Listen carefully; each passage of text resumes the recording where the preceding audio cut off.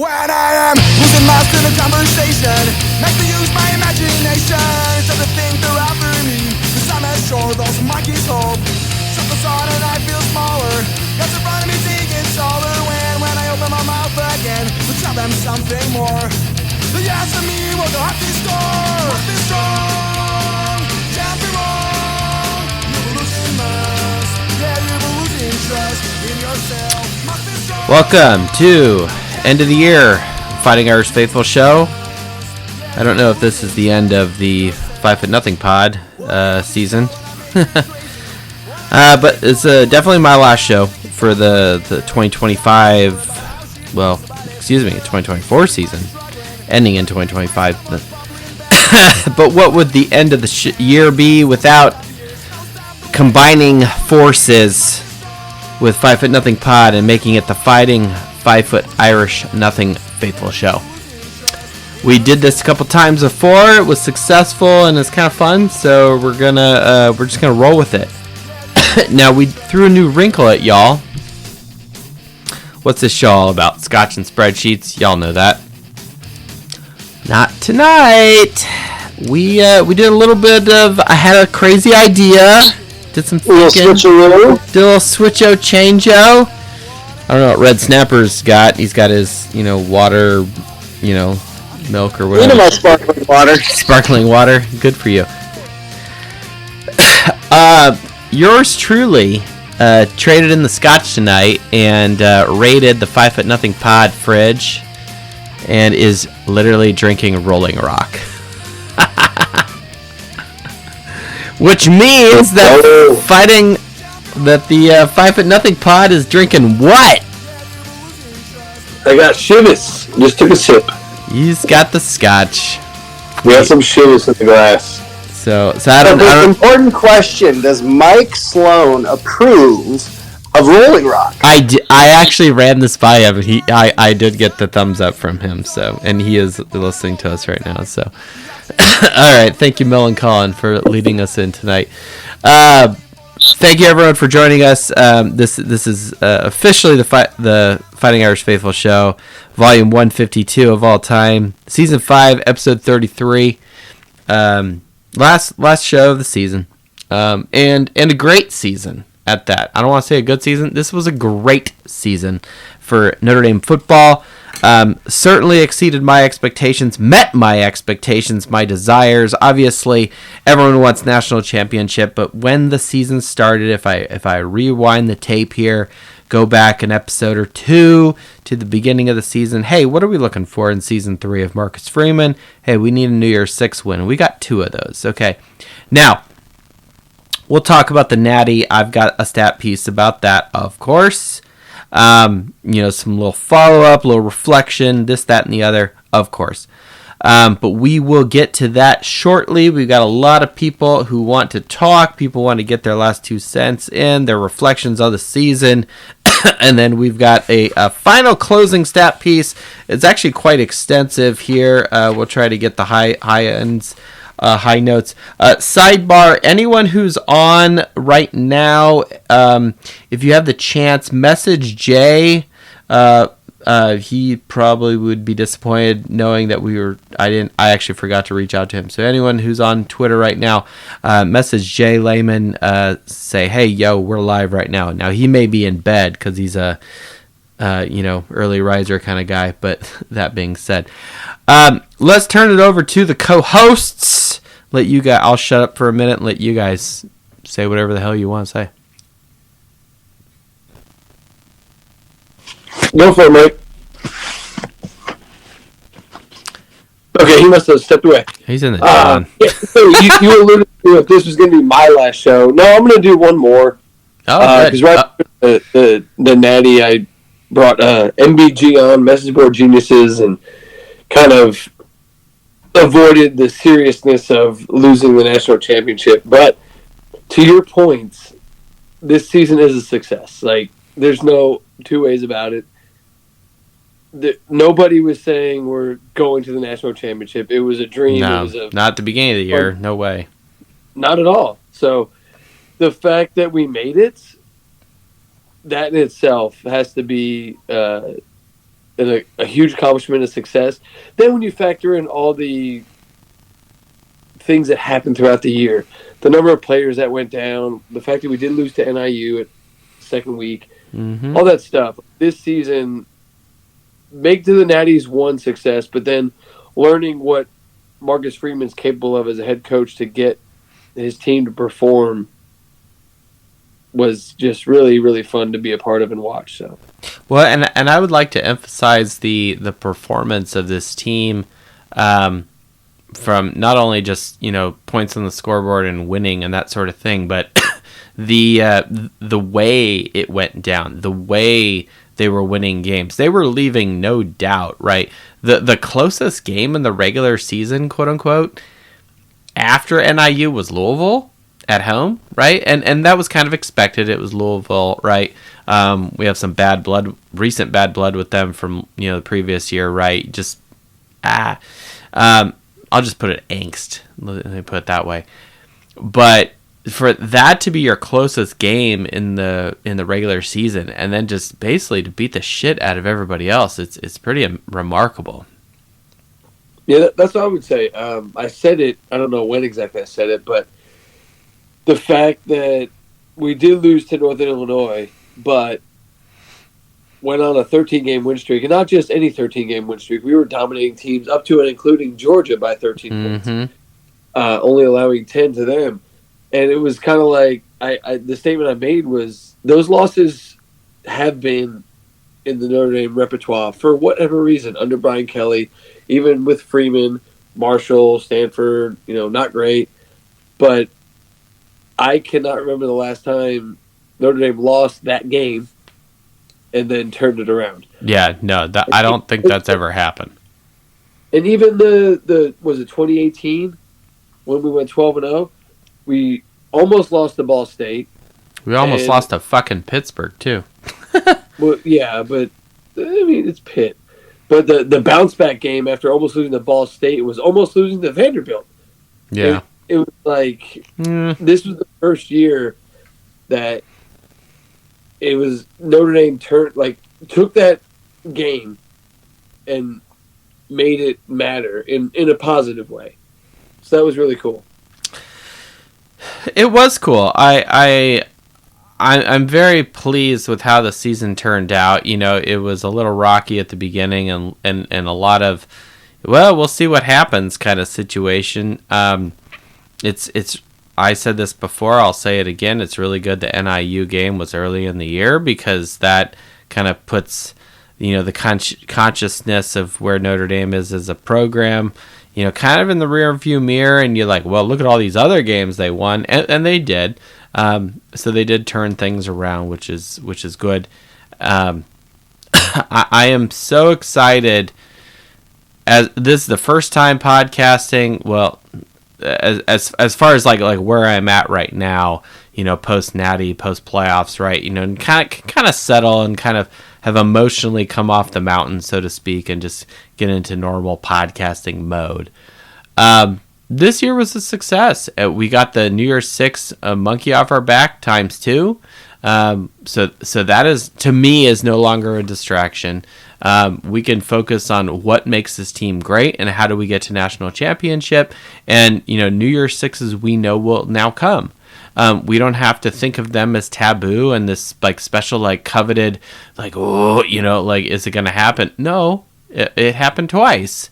And against good teams, a great Penn State team and the SEC champion in Georgia, big time bowl game wins, and I'm a happy podcaster, happy for this program, these players, Coach Freeman, Notre Dame as a whole.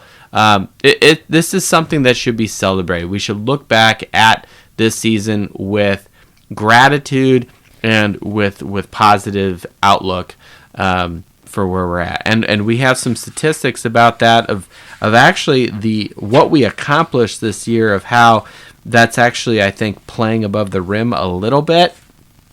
And more to come on that later in the show. So, Red Snapper, are you there? You've been popping on and off. I don't know if X is kicking you on and off. What's going on? says your speaker, but it says you're quiet. I'm not really sure what's going on. Maybe the space is trash. Who knows? Maybe another rainstorm got him. Is that the rainstorm? Oh, he's gone. Yeah, it's really weird. I don't know. He needs to like restart the app or something. But we got a ton of people on. All right, Mike. Anything else we should get to before we get to some people? I have one tiny stat piece I want to get to. But if you have something that's really you got to get off your chest now, I'm gonna give you the floor, sir. No, just to reiterate what you said, that getting the monkeys off our backs. The Twitter world doesn't seem to think that, but I don't care. We won major named bowl games, and we beat programs that the rest of the world respects. And as much as I shit on Penn State, apparently some people respect it, so whatever. We beat Georgia, beat Penn State. Sure. We I mean, and we don't have to apologize for beating the teams that were put in front of us by other people. Yeah. You know what I'm saying? Like we don't rank these teams. We don't set the rankings. No. We don't, have the private Illuminati meetings. You know what I'm saying? I will say before you get your stats and we let others talk. The one thing obviousness aside, I was rooting for Notre Dame. Obviously, wanted Notre Dame to win. I was going to go. You were? Oh, exactly. But shocker. Just trying to take a step back. Forget who I'm a fan of. I want Notre Dame to win, so that this whole model of spending $20 million on a roster was going to be successful. I wanted that whole concept to just get blown to pieces, but it didn't. So you're going to see more and more of that now in Ohio State's defense. Majority of that money was to keep players from either going pro and or transferring. Mm-hmm. So, there's some, for lack of a better term, legitimacy to that money being spent. It wasn't in the transfer portal alone. Yeah. But I just want that model to not be effective, and, well, here we are, so. Yes, and I do have an Ohio State piece because I had some reflections after talking to some people. After looking at a little bit more of the data and then doing some reflection, we do have a tiny stat piece going back to the Natty game. A little bit of good, a little bit of bad. I'll just put it that way. All right, before we get over to Luis, Red Snapper, you're on mute. Come off whenever you can. I know you're struggling with the space here. Tiny stat piece here. Very, very minor, high level, and people probably already know this. Clearly, Notre Dame finishes the season 14-2. The most wins ever in a season for the program. Duh, right? Because, Newt Rockne only played 10 games, right? So regular season was 10, 11 games back in the day. Okay. But Coach Freeman, now after completing year 3, has a record of 33-10 with a .767. He's a jumbo jet. Percentage of winning. So that's great. That's great. You're above 75%. That's, man, you're in the 70s. You're at the high roller table and the poker table, if you know what I'm saying. Now, here's the fun part of this. Does anyone know what Lou Holtz's record was at Notre Dame? I do. After the first 3 years? I got that too. Overall, wasn't he barely 500? No. Overall, 75.8%. Okay. Well, I just remember he had his first 2 years were not First 2 years were rocky, which then alludes back over to what Red Snapper's going with. What was his win percentage in the first 3 seasons? I would say around 58%. Oh, no, much higher than that. 71.4%. Really? So Marcus Freeman in 3 years. Granted, he probably inherited a quote better program than what Holtz inherited, right, from previous. You know what I'm saying? So I don't want to downplay, something that doesn't need to be downplayed. You know what I'm saying? But anyway, the numbers are what they are. Holtz in his first 3 seasons was a 71% win percentage coach. For his career at Notre Dame was 75.8%. Marcus Freeman is 76.7%. So congratulations and well done, Coach Freeman. And Coach of the year. Yeah, and I mean he's winning, trophies and shit. Unfortunately, not the one that really matters. But at the same time, if we're looking in the lens of where Marcus Freeman is with respect to historical other coaches, he's doing just fine. Okay, if I'm a recruit, I'm looking at Notre Dame and I am seeing progression. It's a rising program. Each of his 3 years, they were just in the Natty, and the head coach is the coach of the year. I'm seriously considering that school, especially now that they have $20 million at their disposal for their own roster. Well, and I was kind of like talking some of this stuff out with the doc, right? Because that's what I do, right? When I find this stuff out, I don't tweet it out to you guys because I'm saving it for tonight said show. But the only other person I have in the house other than talking to the baby is I go to the doc. I'm like, oh, let me tell you about this. Here's the deal. Here's another wrinkle, glimmer, however you want to describe it. What has happened all 3 years with Marcus Freeman? We've won our bowl game. We ended the first 2 years winning bowl games, the Gator Bowl and the Sun Bowl, and then we won 2 New Year's Sixes. Okay, we lost the last bowl game, the Natty. Fine, okay, to all the negative people. Okay, fair enough. Okay, that is a correct statement. A bowl game. I mean, it's the Natty, right? Like, so we're clearly disappointed we lost. But my point is, are you really going to chalk this season up as disappointing? No. Like I look back at 2012. Do we have to go back 12, 13 years? Yes. Okay. I don't look at the 2012 season with shame. Okay? Like, I look at that season with, that was a good year. Yeah, we got smoked in the face by Bama, but that was a good year, like for the program that was just dying for any sort of success, like, and then the way that season panned out it was kind of a manifest destiny thing. And I didn't really start, absorbing the manifest destiny kind of, fate shit that was going on this year until way later, like in the playoffs and stuff, which is funny because statistically that was probably false, but that's a whole other topic that we'll get to. But anyway, wanted to bring up the quick stat piece here about Coach Freeman, his success, where he is win percentage wise, and that he has not lost a quote unquote bowl game. So yes, he lost the Natty, but we'll talk more about the Natty later. So. All right, enough of me talking. Let's get to either my co-host or should we bring up people? Co-host people. No, I say we get the front man. All right, front man Luis. We got Luis. We're gonna bring you on, invite you as speaker. We can get the debrief from Georgia, Atlanta. What was Atlanta?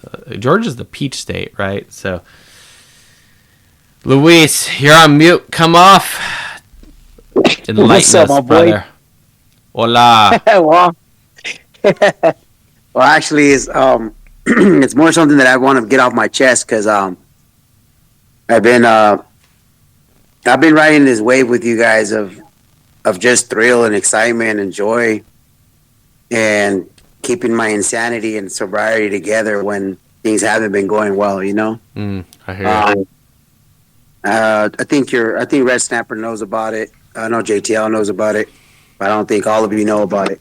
And I didn't want to ruin the moment. The fact is that the friendships that I've built through here and the communications that I've had with some of you, like I told JTL earlier, like, man, you made a dream come true to me, bro. Like, just the fact that all of you, how you guys supported the fact of me and my son to go out there and be at the first ever Notre Dame game for me personally. That's something I can never forget, but one of the greatest games I've ever seen at Notre Dame Stadium. Man, my boy, I was next to you. Let me rephrase that. That is the greatest game I've ever seen at Notre Dame Stadium. Yeah, and it's one of those things where, like, I just hate the fact that come up April or come up April 16th, something's going to happen where my future will be and my future will be unveiled on June 9th. And if you guys don't hear from me, there's a good chance that I won't be around for 2 to 3 years. But I do want to let you guys know that I'm glad I met you guys. I'm really glad from the bottom of my heart. You guys have brought so much joy, so much excitement, allowing me to be part of the community, be part of all your guys' shows and podcasting, and just enjoying the fun, enjoying the excitement of Notre Dame's family. Like, I really want to tell you guys from the bottom of my heart, thank you guys. And completely. Do not underestimate the power of prayer, my brother. You have got this community and the entire Notre Dame community praying for you. So, trust me, we will grab our rosaries and prayer warriors unite. Man, amen to that, my boy. Amen to that. But I just wanted to come clean with you guys, and in case if you guys don't hear from me after June, you guys know what's going on. You know what I mean? I don't want to get into details, but and you don't have to. You don't need to share anything. You don't need to share, if you know what I'm saying. Brother, we're here. I just want you guys to think that, this guy was here for the good times, but he hasn't been around for the bad times. Nah, I'll thick and thin ride with my Notre Dame to the day I die, my boy. What are you talking about bad times? What fucking bad times are you talking about? Bad times? We ain't got no bad. We have got your boy Marcus Freeman. That's what I'm talking about. Marcus Freeman, stop doubting him. We knows what he's doing, and we all right. We Gucci, my boy. It's time to start flossing that money, and let's start shopping down that aisle that Brian Kelly didn't want to go down. But we bougie as hell, my boy. I like going after the Louis Vuittons, the Gucci's, the Perrielas, the Armanis, and Rolexes, and Bentleys, and Rolls Royces, my boys. That's what we're going after, and we ain't going to settle for less. We know what we want, we know what we're worth, and we don't settle for less, my boys. Irish Nation, my boy. Amen. No, I think this program's in a good position, and Luis, we're here for you. Behind you 100%, and we are happy that you, regardless of whatever's going down, you will always be the front man of the Fighting Irish Faithful show. So I'll just put it that way. Thank you guys. No, thank you. And then my boy 5 for Nothing, thank you for always letting me be part of your non-alcoholic shots. Did you see the one that I sent you with Goolsby, my boy? I did. That was awesome. Yeah, I told Goolsby, I said, hey, Goolsby, we got to take a shot for my boy 5 for Nothing. I know you may not know him, but you're about to get to know him. And he's like, what are you going to do? I'm like, he does his little ritual, and I showed him, and he was like, but you don't drink. I said, don't trip. I say this 5-hour energy. I'm going on my second one for the day. That's funny. Do you know what? I've got to send Luis the video of me chugging the pickle juice. Yeah, Luis, what's your opinion of pickles? Oh, shit. I used to drink it with the scotch. Jameson Pickleback, exactly. Picklebacks, yeah. Now, Red Snapper did a pickle pint, and then I one-upped him. What did I do? It was like peppercini juice or something. Juice. And I poured that crap in and drank that. That was. It wasn't really spicy. It was more just salty. And then I was worried I was like fucking up my kidneys or something. But anyway, we're fine. Here we are, right? I'm drinking Rolling Rock, so that's basically water. It's funny. I think you had a worse backlash with the ghost pepper. No, that wasn't a ghost pepper. So, all right. So, anyone who's new, what Red Snapper is referring to is my second season, 2021. Was the first time I did a show, because obviously the year I started 2020, we didn't play SC. Right? Fuck the Trojans. 2. Second season was the first time I did a show leading up to that, and we weren't live yet. We weren't fancy, whatever. But what I did prior to said show was ate a crazy hot pepper like 1,000,000 Scoville, and then proceeded to, spit fire literally about how much I hate USC.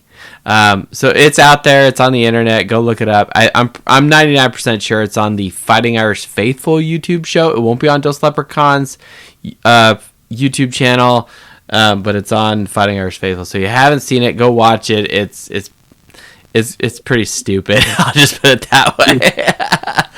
Hey, I do want to say that. I do want to tell Red Snappers, like, hey, Hey, my boy, like I want to just say to you, bro, the day I met you, bro, was just it was an exciting thing. I'm sorry we scared you when you saw a bunch of little Mexicans walking next to you. Oh, you didn't and all of our gold chains.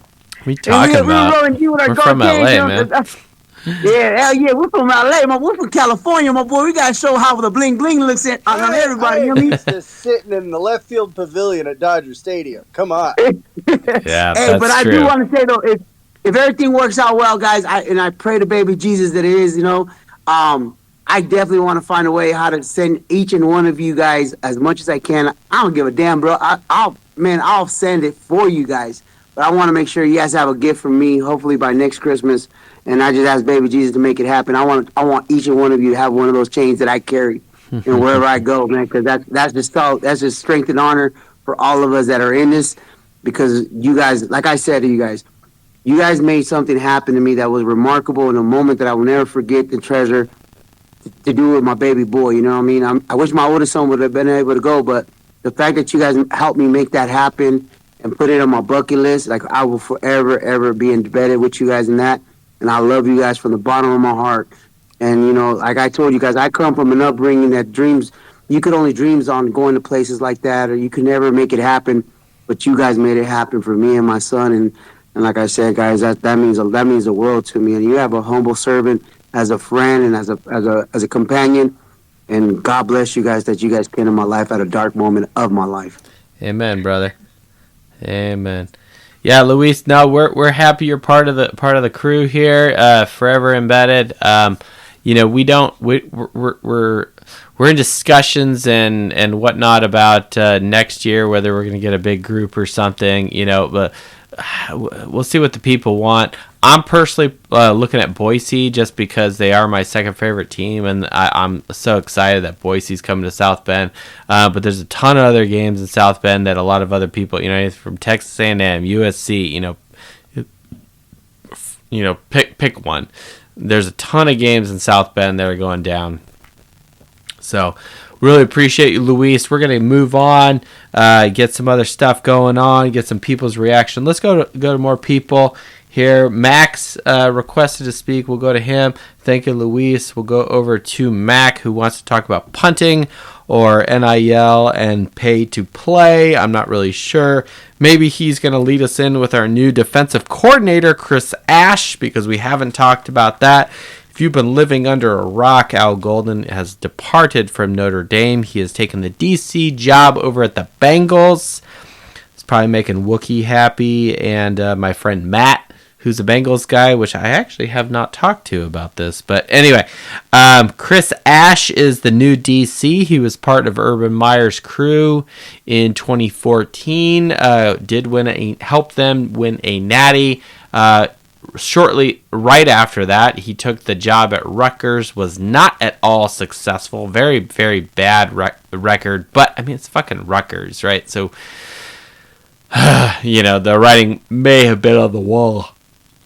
And Rutgers at that time was in the Big Ten, so it's not like they were in the Big East or something, so you could, beat up on Connecticut or something. Who knows?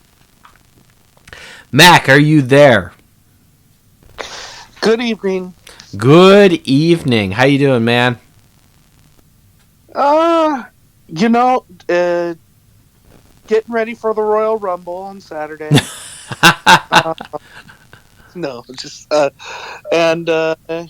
Sharks are coming on in about 3 minutes. Okay, all right. So you got 3 minutes. Go. No, it's okay. And De'Aaron Fox wants out, so my Kings suck again. So anyway, I'm happy with that. Thank you. What have the Sacramento Kings done? We're worse than the Cubs. We're horrible.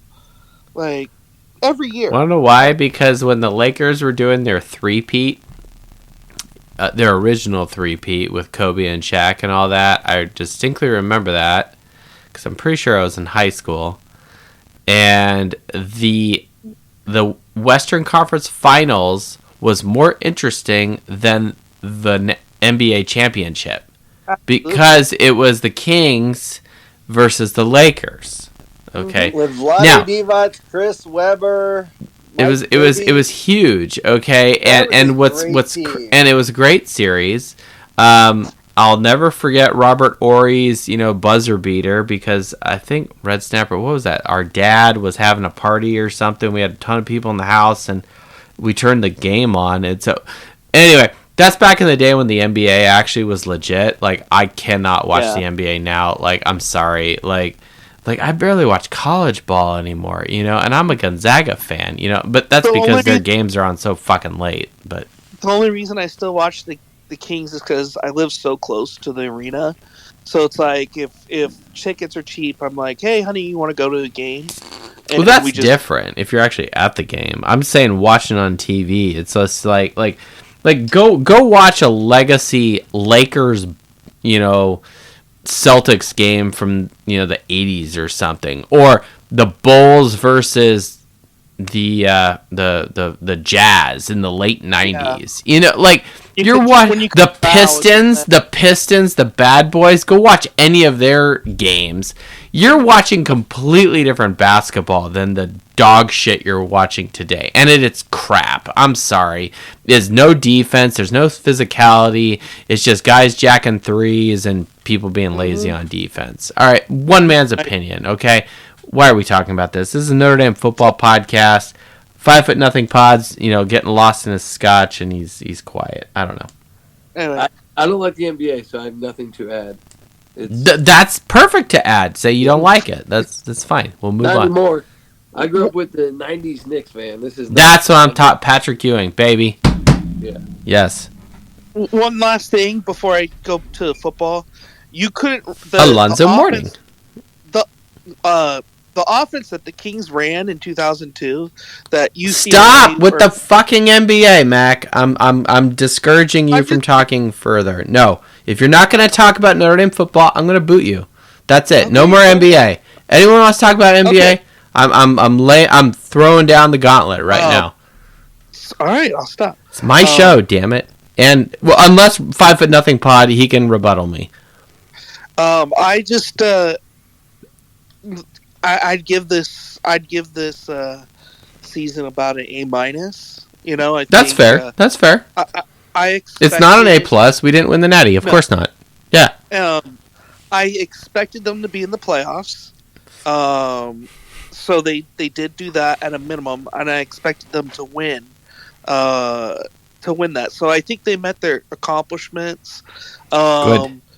I'd say if they were to have lost to Penn State, they would have been a B+ team, a B+. But that win gets them to an A-. So I think that's where I have them. One thing we were talking about, and I hope this is where Carr or even Angeli, whoever wins out. We were right about the passing game right around the NIU Texas A&M that we were saying. Riley Leonard, great guy, will always have a soft spot, and we don't hate him, but he was limited. A lot of those third down passes were behind the receiver or whatnot. I just feel like it's a little bit different if you had a little bit better of a passer. And I will always kind of reflect on this season. What if they made that switch to Angeli or Carr when they had the chance? And what chance specifically are you referring to? I think during the NIU game, that was an opportunity to make the switch and then see what happens. Because you were going to lose that game anyway, right? Yeah, I don't know about that, but we got a last-second field goal block. We were going to lose it anyway. But I will say that loss is the reason we went on a 13-game win streak. I agree with 5'0" Pod. No, 100%. 100%. I still I think they had the talent to win out, but that's okay. I just always will wonder what would have happened if they were able to get if they were able to. That's the only. I don't know if that's a criticism. I know that you kind of had to ride with Riley Leonard because you got in a hot streak or whatever. But and there was. I mean, did you watch the Purdue game? because I did.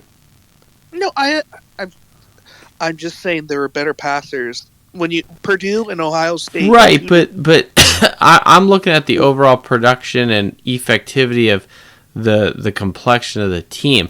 I'm with you, brother, with respect to, oh man, if we just had that elite quarterback talent, which is what everyone has been dying for. Like, it's okay that we can say this, and Mac, I'm with you. Like, yes, if we had elite, Joe Burrow or I don't think Kyler Murray type of quarterback, Trevor Lawrence guy back there. Yeah, absolutely. That and we should not be ashamed to want that from someone like Carr. Don't get me wrong. Okay, all I'm saying is this team was not ready for that yet. Right now, I haven't gone back, and I'll throw it back to you in a second. I haven't gone back and listened to the shows around the Louisville post-Purdue time frame where I'm literally throwing rocks at Riley Leonard and saying, like, no, just, like, why the fuck are you here? I didn't bring you in here to just be a running back. We've got 2 other guys that can happily do that. Fucking put in Angeli. Like, that's basically, the thesis of what I was getting at. I want to say that was around the Louisville game. I think it was too, and we ended up winning Louisville and doing all these other things. And what's funny is there's a stat bit here at the analysis that I compiled today that we'll get to near the end of the show that will kind of like silence what I'm saying and why what Notre Dame did this year was really good, and Riley Leonard clearly is instrumental in that. But at the same time, I don't disagree with Mac saying that, like, well, the overall complexion of what it takes to win a national championship, you need, like, your standard, quarterback. And that was not Riley Leonard. And so with that, I do agree with Mac here.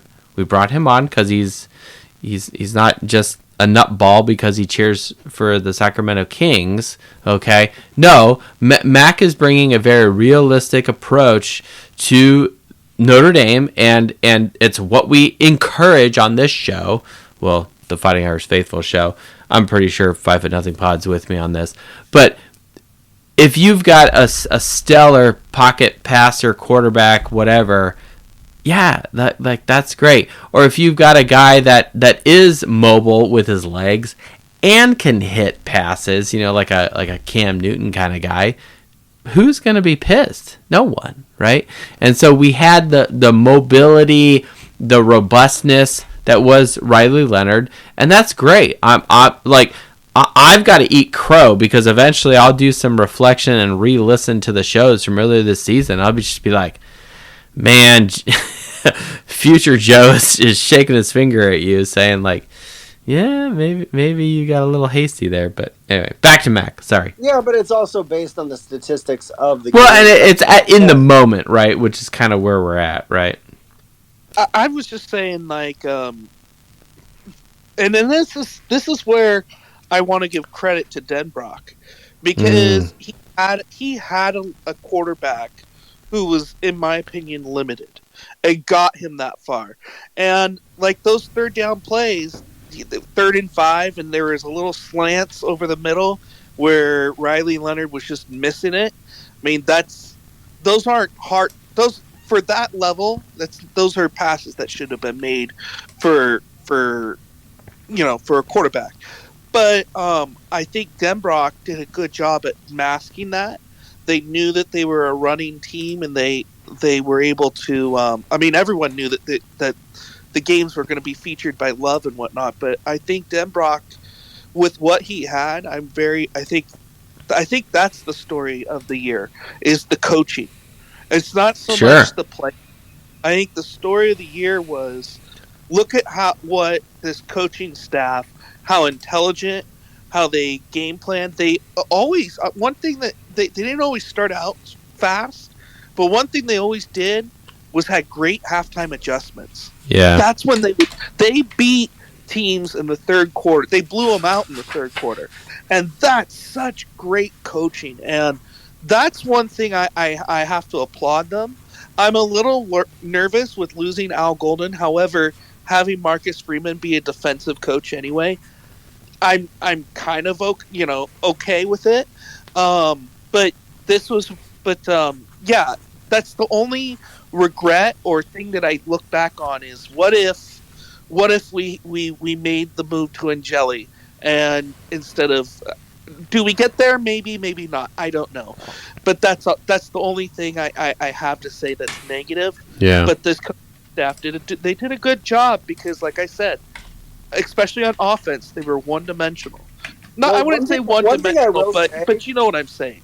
One thing I will say is next year will be kind of a tale of the tape because if Angeli beats Carr for the starting position, that's going to be very telling based on how much Angeli has grown, and then based on Angeli's performance, if he does beat Carr out and he is the starter. People are throwing rocks at you, Red Snapper. Hey, if CJ Carr beats him out, more power to him. But I think most people have this opinion that every single time Angeli was in, with the exception of fake punt pass, he was on point. Yeah. Without Angeli making that drive before halftime of the Penn State game, yep. That's a whole different ballgame. It is a different game. There's something to be said for we will see, and it might come I'm very curious about the offseason with the quarterbacks. I'm glad you brought this up. I knew it would come up at some point.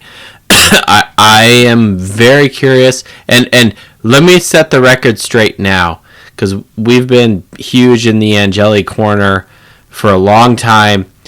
I want the best guy to win out, and quite frankly, whatever the coaches decide, I'm going to go with. But if we go to the spring game and I see one guy with my own eyeballs look better, and they pick the other guy, and I don't care who it is, I'm going to be pissed, right? So I do think the spring game is very telling as to who is the better quarterback, and Angeli has been a smooth operator. Sometimes I think he stares down receivers or, hangs out in the pocket too much and he doesn't throw it away and or get mobile and pivot, whatever.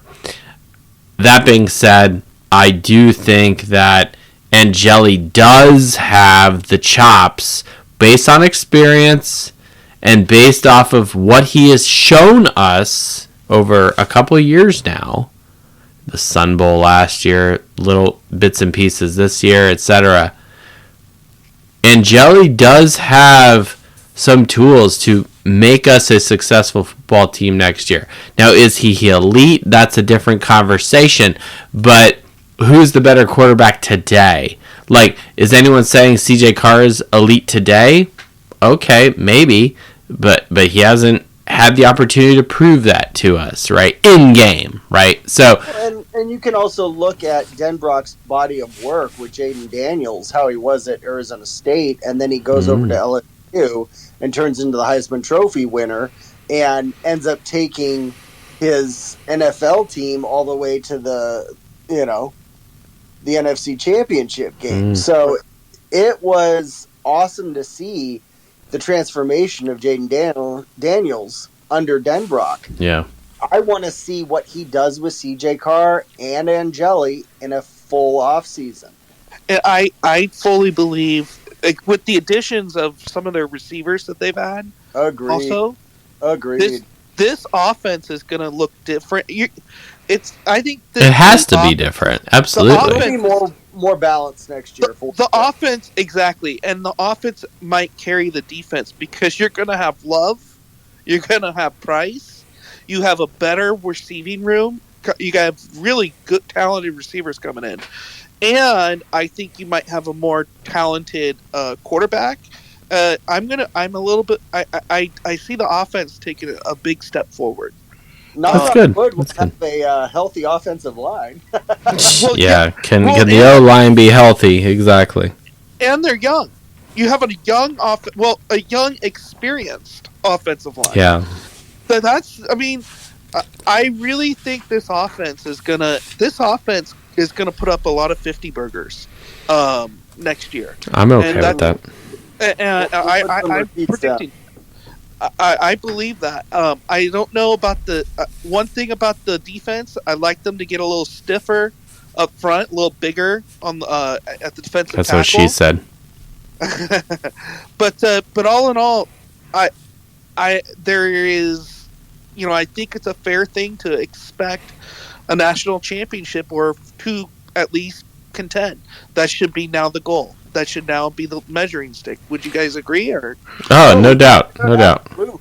Okay. That should be the attainable position from here on. We've been talking about the New Year's Six Bowl. Now we've got that next check mark, next benchmark. Right. That being said, have a great evening, everyone. Great season. I enjoy everybody. If anyone's going to the Stanford game, I'm going to the Stanford game. If you guys want to meet up, have a beer. I know that's November of next year, but of this year.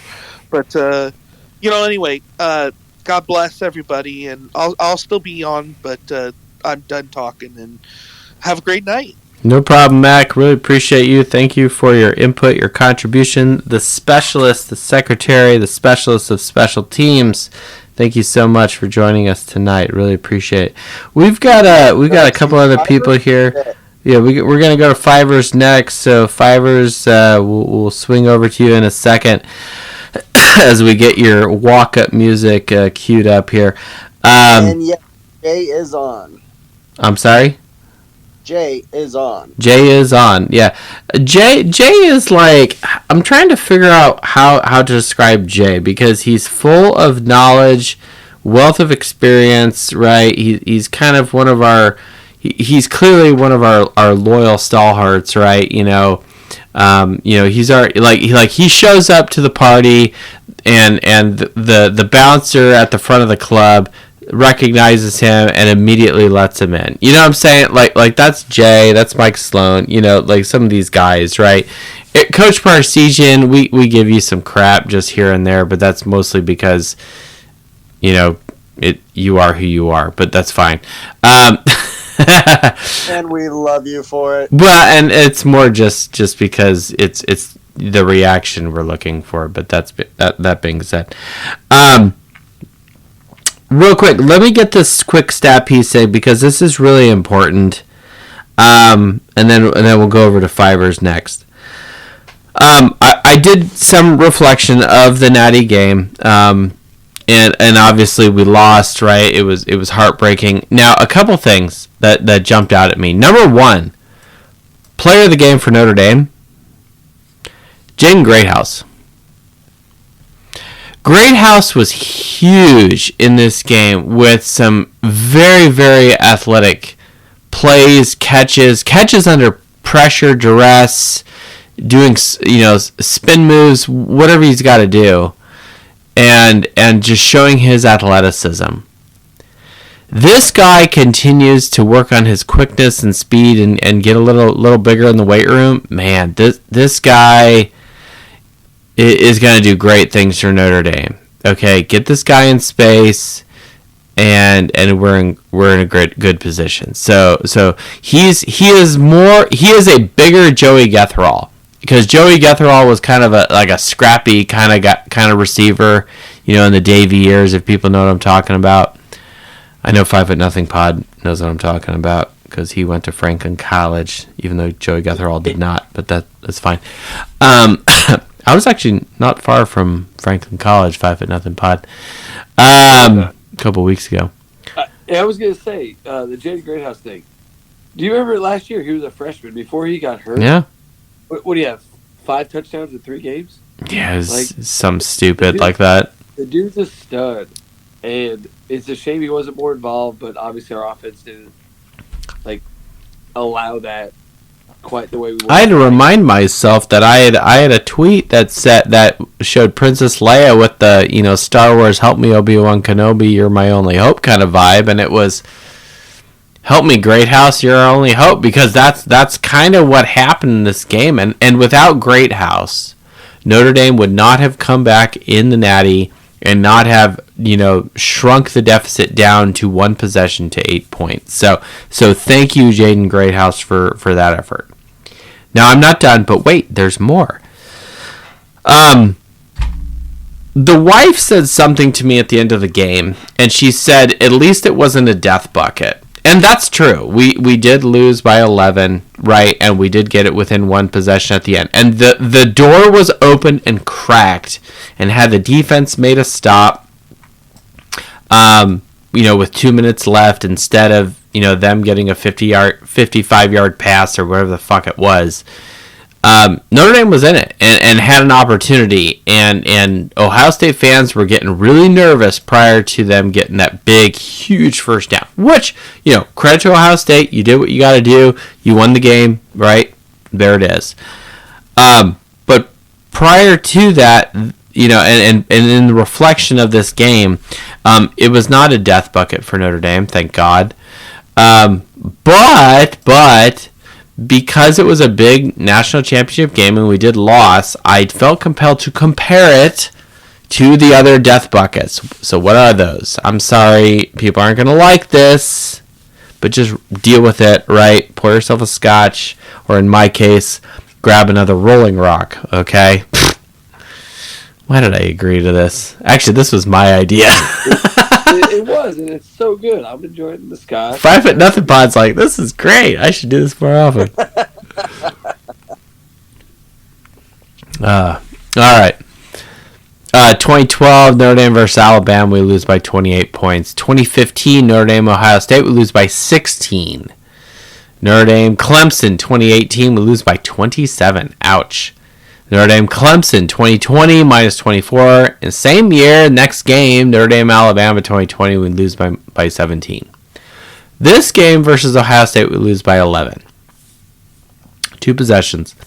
Here's why I'm comparing it to these games. In every single one of these games, there is at least one quarter where we score nothing and the other team explodes in points. The best, quote unquote, of the point explosion for said opponents is 1 quarter and 14 points. Ohio State in 2015, 14-0 in the first quarter, and Notre Dame, Alabama, 14-0 in 2020. Here's the problem. If I just look at quarter-by-quarter scoring, Notre Dame versus Ohio State this year, this national championship, is the worst.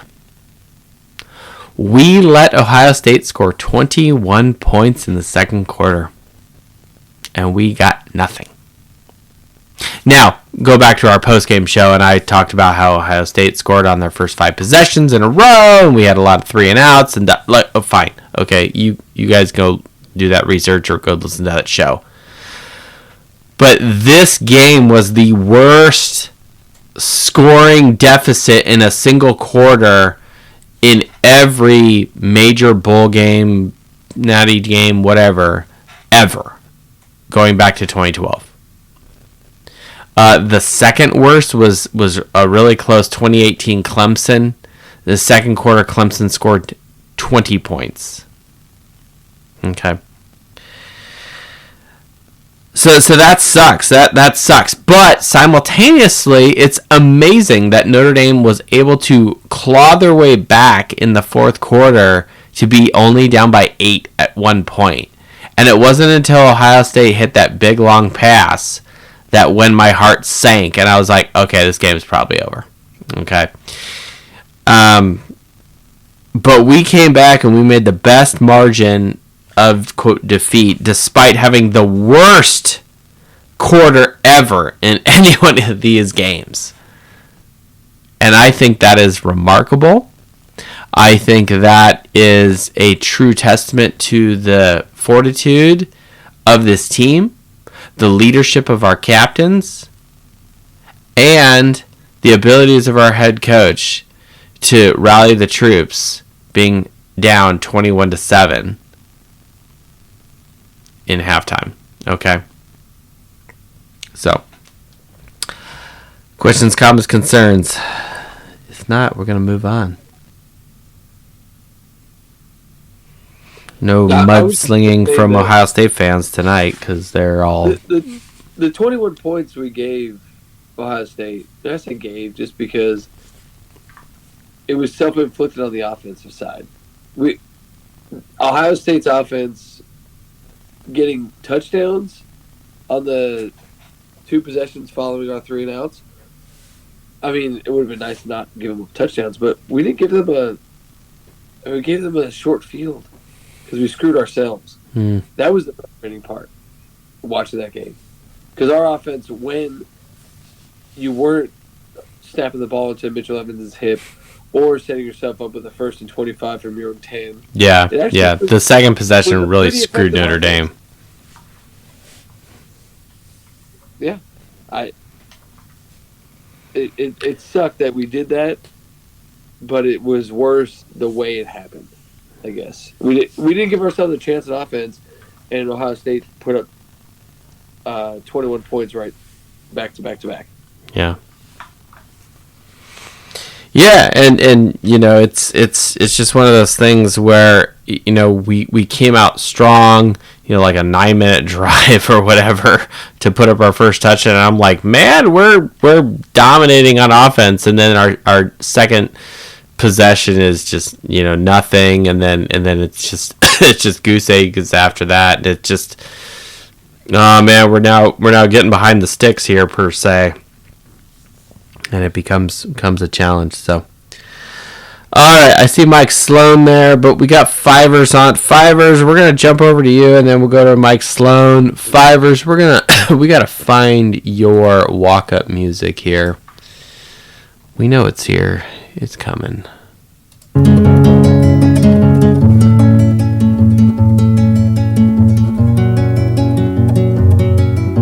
Maybe we should open this up as show music, you know what I'm saying? It's pretty bomb. He's waiting for it to get intense here in a sec.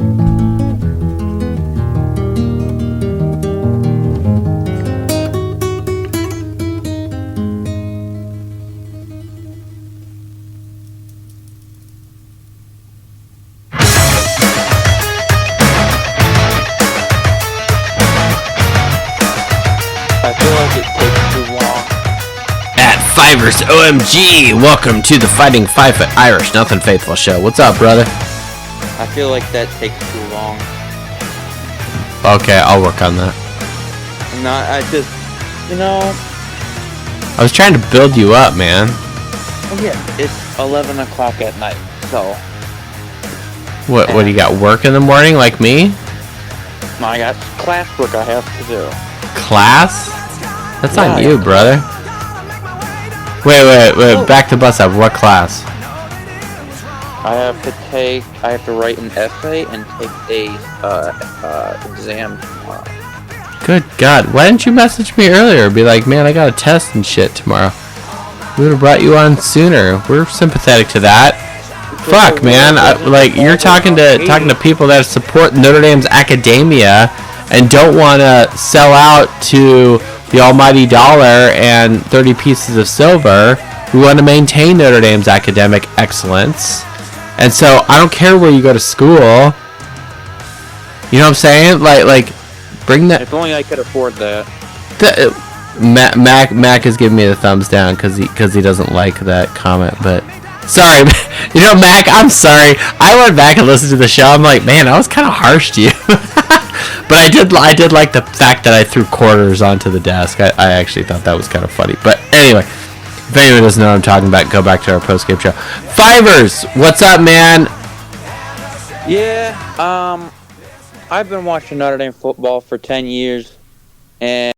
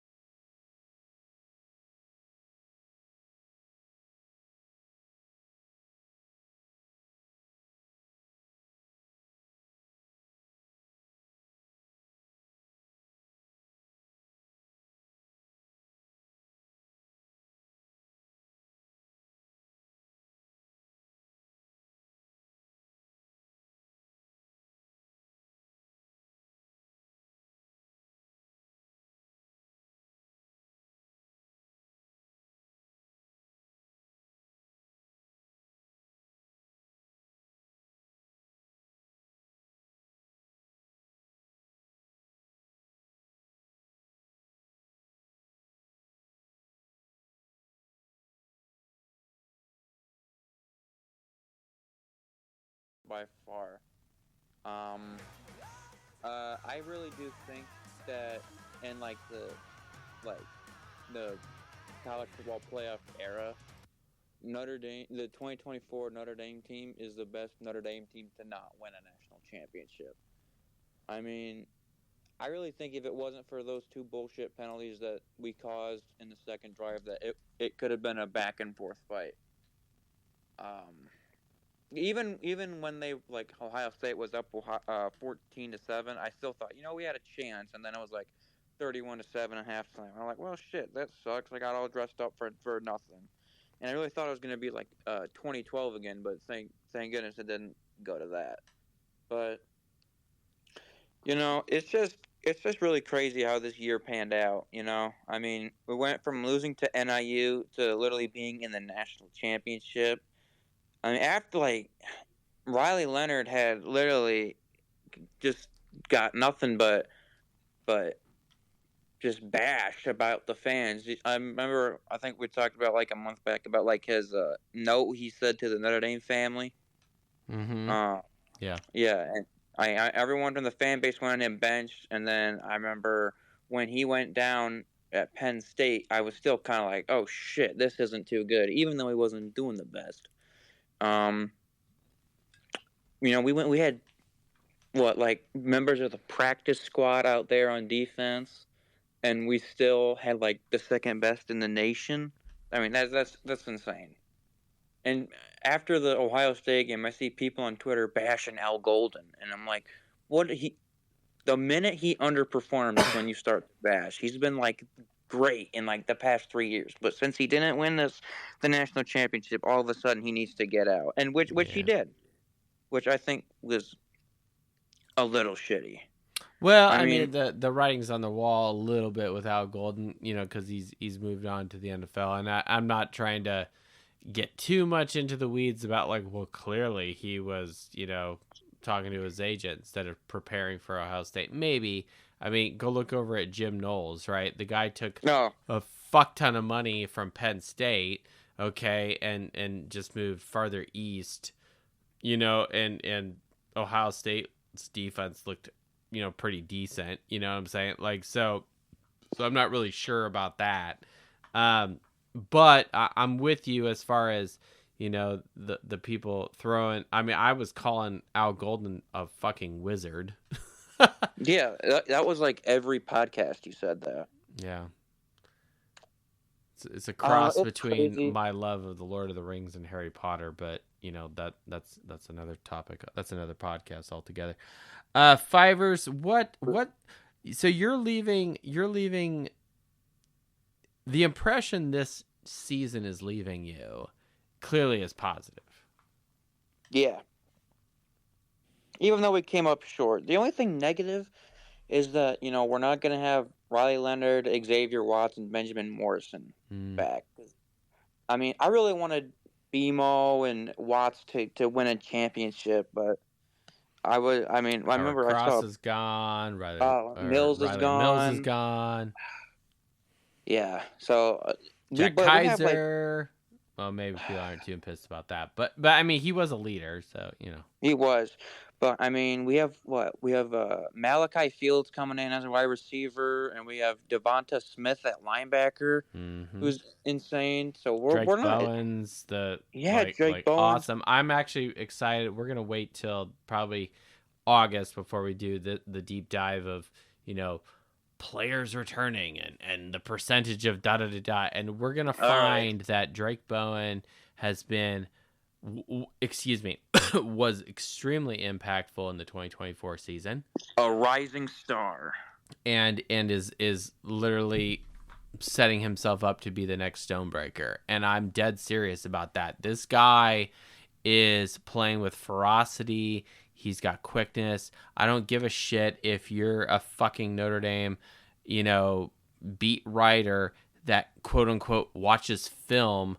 I don't remember who I'm mad dogging right now, but one of our beat writers was mad dogging Drake Bowen because he quote watches film and he thinks he's slow. And I had nothing but statistics to throw in his face. I said, listen, dumbass. I didn't call him a dumbass on Twitter, but I'll say it to you guys.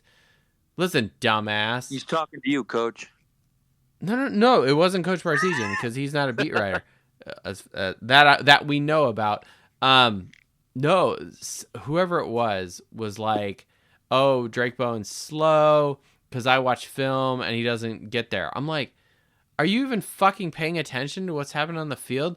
The dude is leading the team in fucking tackles. So fuck you. All right. I didn't say fuck you either, but again, we say it here. Is this what happens when you drink Rolling Rock 5 Foot Nothing Pod? What's going on, man? I don't know, but the scotch is getting to me. So, like how? Like you want to play bagpipes or something? Like, I don't want to go that far. You're like, where's the Excel? Then you're not drinking enough. Real quick, if you don't want to go that far. We're talking about the DC and Golden. Where was his headspace at and all that? I put something out on Twitter, and it wasn't so much like an accusation per se, but it was like, he immediately left for the Bengals, and you look back at that game, and it's like, our defense looks so lost too often. And the rebuttal was, well, Ohio State's offense is really good. And I'm not discounting that. But there were so many plays where nobody was near anybody. And it's the Christian Gray, where he was pointing out Smith in the backfield and then proceeded to just not cover him. So the story I heard on that was Smith switched feet real quick, and I guess Gray was trying to point out that he false started, but then it was like, no, he's pointing out that he's running a reverse. So then Christian Gray ran to cover a reverse that was never there because obviously not. But yeah, it was little stuff like that, and I do question what actually happened during the week to set up that first half of football where everything looked way too easy for Ohio State. Yeah. Do you think if Cincinnati wasn't in Golden's head that the defense would have played differently? Maybe. It's possible. I don't know. We don't know. We'll never know. Yeah, we'll never know. But it just seems so different than what we've been seeing, regardless of how good the opposing offense is or how bad they are. It was too frequent that I was sitting there going, "What? Why does that look so easy?" I don't remember an Al Golden defense allowing a team to make something look that easy that often. That was the concern. Yeah. Stranger things have happened.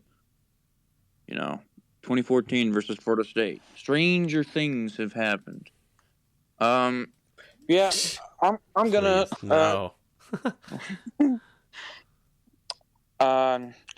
Just year in review. This was insane in the membrane. I'm gonna tell you that. A lot of watching football. That was great. So much fun. But the other half was then after the game, win or lose, we just come on this podcast and talk. Hey, we're doing good in this area, but in this area, we're pretty much like shit. And we're talking like it's like we're talking to the team like, this is how we improve, guys. This is what we can do, even though none of them are listening to us.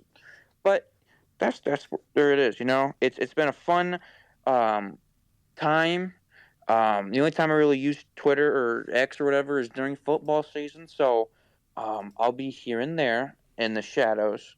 But just a big thanks to you, Joe, for letting me on the show. It's been really fun to just come on here and listen to everybody talk and then be able to talk myself. Thank you to 5 Foot Nothing for sending me those jerseys. They're looking insane. I'm actually wearing mine tonight. Yeah. Yeah. They're great. My mom loves it too. Luis for getting the chain gang started. That was one of the best Christmas presents I got. I'm like, oh yeah, now I can rep my team. And I mean, it was just a very fun and very just memorable season. I'm gonna say that. Yeah, and a season like this should bring more of us together. And once you get in this, it doesn't matter. Like Louis said, through the good times and the bad. What bad times? But once we have a season like this and we gain all these friendships, they're not going away anytime soon. It's going to be awesome every year from here on out. Mm-hmm. Yeah. And I like to add a little bit to that is that it ain't so much about the friendships. It's so much about the friendship that we're building, but it's what you can do for someone that is probably going through something and just needed to escape out.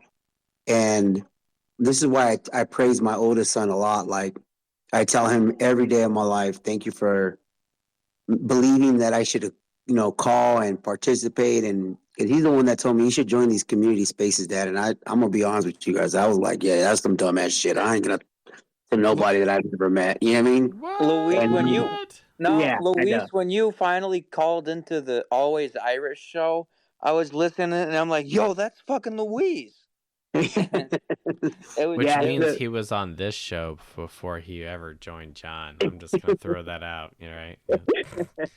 And it's just one of those things that my son was like very because they were worried about my mental health. Like, they saw how depleted and how I was just out of it, But when I came across all of you, like, it was just it's like a fresh breath of air, guys. Like, you guys made me want to live, made me want to fight, made me want to continue, made me want to argue, make me want to just keep going, guys. There was a point where I'm not gonna lie to you. All I cared about was work, home, and my son is the one that, and I used to always get on their asses. I'm like, why are you guys yelling at some screen with some guys that you guys never even met? Like, that's dumb. And now that my sons hear me, they're like, Dad, how does it feel? Like, shut up, I don't want to hear it. I'm like, I don't want to hear it. All right, what are you doing? That? Oh, I'm on my space. Get away. What do you need? What you want? Who's right there? I'll wash clothes later. Yeah. But it's been one hell of a ride. It's been something that I'm like, I beg to God that I can be here for another season just to continue this, Like, I want to do way more than this. And a lot of you, thank you for encouraging me and telling me, like, hey, to do stuff that's out of my norm, Like, I don't know anything about podcasting. I don't know anything about YouTube. I don't know anything about that. I just love Notre Dame football, and I will fight with anybody. And you'll see me in the SEC spaces and cussing everybody out because this is Notre Dame. This is Notre Dame Nation, my boy. We are the Mecca of football. Yeah. Ring the bell, true. Joe. That's it right there. Thank you. You are the first person other than Red Snapper to request the bell. I've done it before. Yeah, have no problem. You? Okay, well, yeah. I was probably drinking scotch, not whatever. You're not drinking scotch tonight, though. That's the. I appreciate the green bottle that Rolling Rock comes in, but I had to go to Google to verify, is there actually even alcohol in this? Like, I'm just gonna go on. I don't know. Fivers, anything else you need to leave us with? I'm not sure when if we're gonna try and get together for a game this year because I want to finally meet all of you. Boise State is what I'm going with, but that's right. me. But I gotta, bias, right? So. Yeah. I don't know. We gotta. I was so close to coming to the Stanford one, but I really want to meet all you guys. Yeah. And it's just, I don't know. I love, I'm at school surrounded by Michigan fans. I got teachers even saying Notre Dame sucks. Oh, you lost to NIU. How embarrassing. And it feels good to come on here and actually be around people that understand. Just show them Sagarin rankings. Seriously. I'm serious. Show them Sagarin rankings. I tried to once, and then he was like, it said the site was not safe. I'm like, what do you mean? Just click continue anyway. And I'm just like... Are you afraid of getting a virus?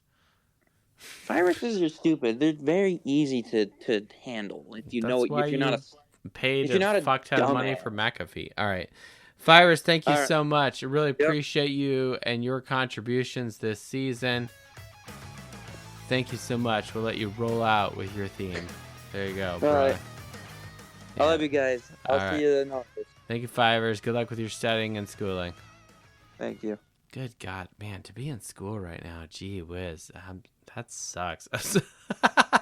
Like, I still have nightmares and dreams about being in college and just like, fuck, and then I wake up, I'm like, oh, thank God. I don't have dreams about my kids, like, whatever, or my wife, like nothing, tragic or, no, it's like my nightmares is like college, and I didn't study for a test, and I got homework or weird shit like that, and it's just, you can see where my angst is. Man, I hope you're wrong about those dreams, because I'm going to college next year. That's what I'm saying, though. Like no, I mean, I graduate. I've got a very nice career, and I can support my family, and a lot of it goes to my education, which is primarily from Gonzaga, not from Notre Dame. But again, that's a whole other topic. Fivers, we can talk offline about the education in America at any point. So I see Mike Sloan waiting to join us. Maybe he opened up a Rolling Rock. We don't know. We will see. I went away for a second, but the Rolling Rock is stronger than Bud Light, and it goes down way smoother. So you're welcome. Just saying. Facts. I don't disagree at all. I actually like this much better than Bud Light. And there you go. Green is better than blue. That is true, and I don't have to make a pronoun joke, so that's fine. Sorry, too soon? I don't know. It's so hard to resist, like I'm What's funny sidebar. If anyone's paid attention to us long enough, so I'm active at church at times, and we have a parish festival in the summer. It's in June. And 2 years ago, me and a buddy, we were drinking in his basement, and we were like, what we should do? We should make French fries from scratch. It's really cheap to just get potatoes, you just fry them, it's all good.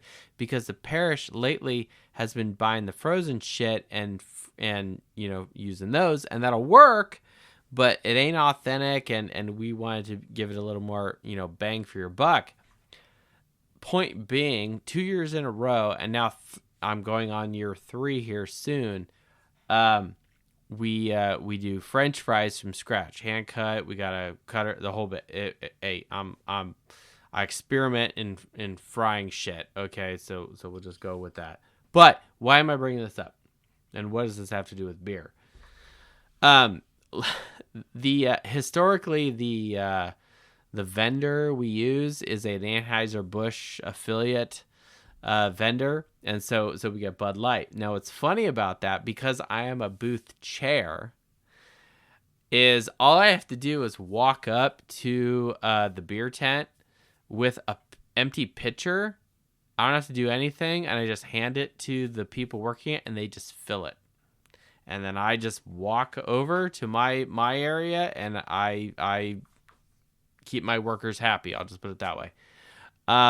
It's awesome. And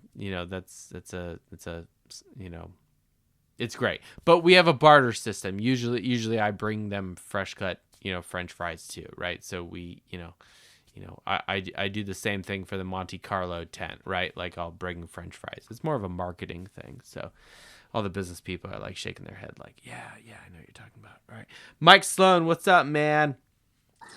Joe, my brother. Drop your cots and grab your Rolling Rocks. What's cracking? I was gonna have the. That was good. Man, I can't top that. I was gonna have the theme, not theme, but the sound clip of Sean Connery with The Rock being like, "Welcome to The Rock," and but he just went up me there, so respect. There's no point in even doing that anymore. The 2024 season, Mike Sloan, what's your thought? You've had some time to reflect and decompress per se from the immediate reaction of the game against Ohio State. Where are you at now as a fan as we enter the dark days before spring practice? Well, definitely a huge roller coaster of emotions all season. To kind of piggyback off of what Mike was talking about, you go into College Station week 1. This is a test to see where we're at. Leave that game with a win, feel pretty good. Week 2, hit the lowest of lows. Yeah, another laughing stock. The bottom fell out. What in the hell are we doing? What's wrong with us? We suck. We're never going to make it. And I'll be honest with you, it took me until probably week 6 or 7 to really be back where I needed to be.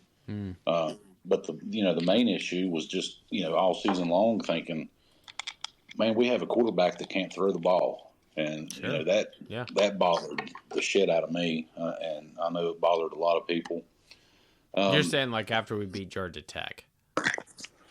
Yeah, I mean, it was just the kind of the sentiment all season was, man, this guy can't throw the ball. I mean, we have to rely on the run game, which, if you can establish it and get away with it every game, fine. But eventually somebody was going to make us have to throw the ball. And, that worried me a lot. And, fast forward, get to the playoffs, which was the goal, and actually felt pretty damn good. Defense was clicking, the backbone of the team all year. Always come up huge, seemed to be elite, top defense, I would argue, the very top. But yeah, it's very good. You get to the title game, and it's like, first possession, you dominate the line of scrimmage pretty much. You're dominating the clock. You take 8-9 minutes, move downfield. Felt pretty good. Second quarter, couldn't do anything. It's like, man, what is going on? And the part that bothers me, and I know I'll get a lot of slack for this, but hell, I'm used to it. And, the main thing for me was already, the week of the title game, you had talks of Golden possibly leaving or whatever. And it's like, do we really need that news right now? I mean, of all the time to talk about it is now, really? Definitely didn't need that distraction. But to go in and look at how the defense played, I mean, like Mike was saying, totally lost. It looked like they didn't know their assignments. They were missing spots. They were missing tackles. Some of the play calling was, questionable. And it's like, coincidence, whatever you want to call it. But him leaving like that and the performance that we had on defense, that just left a bad taste in my mouth. It's interesting you mentioned that because I was looking at this from another perspective, and in a sense, I see this as a slight positive. It's going to sound really negative what I'm about to say, but just roll with me here. Notre Dame, in doing my stat piece, this is kind of a precursor to our real stat piece, going on. This season, if I look at some of our defensive stuff, our rush defense was not good. Okay. It's the third most important stat, rush defense, and it's certainly not where it needs to be. We allowed our opponents 138 yards on the ground. Now you could throw in, okay, well, you played Navy, you played Army. Okay, maybe if someone really wants to dissect that and take those two games out and then reestablish stats, fine, go for it. I bless you with that. A couple other things. Total defense, is okay. It's within the standard deviation. Total offense, that's an offensive thing. There, gosh darn it. Tackles for loss and sacks. These two stats have bothered me all season. We're just not good at sacking the quarterback. We're not good at tackles for loss, right? We're not establishing dominance on the line of scrimmage on defense, right? It's kind of a little bit of a bend, don't break kind of thing, which in a little bit, I'm kind of okay with that. But at the same time, I'm like, man, you really gotta step that up. And so is it possible, and this is where I'm turning back to Mike Sloan, is it possible that despite all the wizardness that was Al Golden, that Marcus Freeman comes in the door, he knocks on his office and says, hey man, listen, why do we not have a better rush defense? Why are we not sacking the quarterback? Why are we not, imposing our will, right? Especially against Ohio State in a game where their quarterback was fucking dominant. The guy had an 81% completion percentage. This is the best any opposing quarterback has had against Notre Dame all flipping season. And that's so atrocious. By not sending the heat as much as it was just letting guys get open, not playing them tight, missing tackles. I mean, to me, the completion percentage is kind of like it's not exclusive to the front line breaking through and making a sack, right? It's kind of a holistic kind of approach, right? Which is a little bit of a cop out thing that I'm saying. I'm with you, but I don't know, like I kind of wonder, and this is probably not what happened, but if Coach Freeman was like, well, wait a second, sacks and rush defense, like, why are we not better at these two very basic things, right? Like, you think of defense, sacks and rush defense, like other than scoring defense, like other than that, like, or total, defensive yards, you know what I'm saying? Like I don't know, Mike. I think that they, or at least I hope. And I would think that they went into the game with the same game plan that they got there with. Yeah. And they didn't look like it. I mean, it looked like a totally different defense. And it's, like I said, I don't know. Here's the part that is really aggravating. Ohio State they weren't world beaters. Okay. No. They had been beaten. They had been proven that they can be beaten. And we could have beat that team. And the defense, to me, just did not look like they had looked prior. And now I will say this, that team looked completely different after that Michigan game. I don't know what the fuck Ryan Day said to those leaders on that Ohio State team, but that team was shot out of a fucking cannon against Oregon, and they looked completely different after that loss at home to Michigan, when Michigan's planting their flag. I'll give you know that. what I'm saying? Like, and I'm not trying to like downplay what you're saying.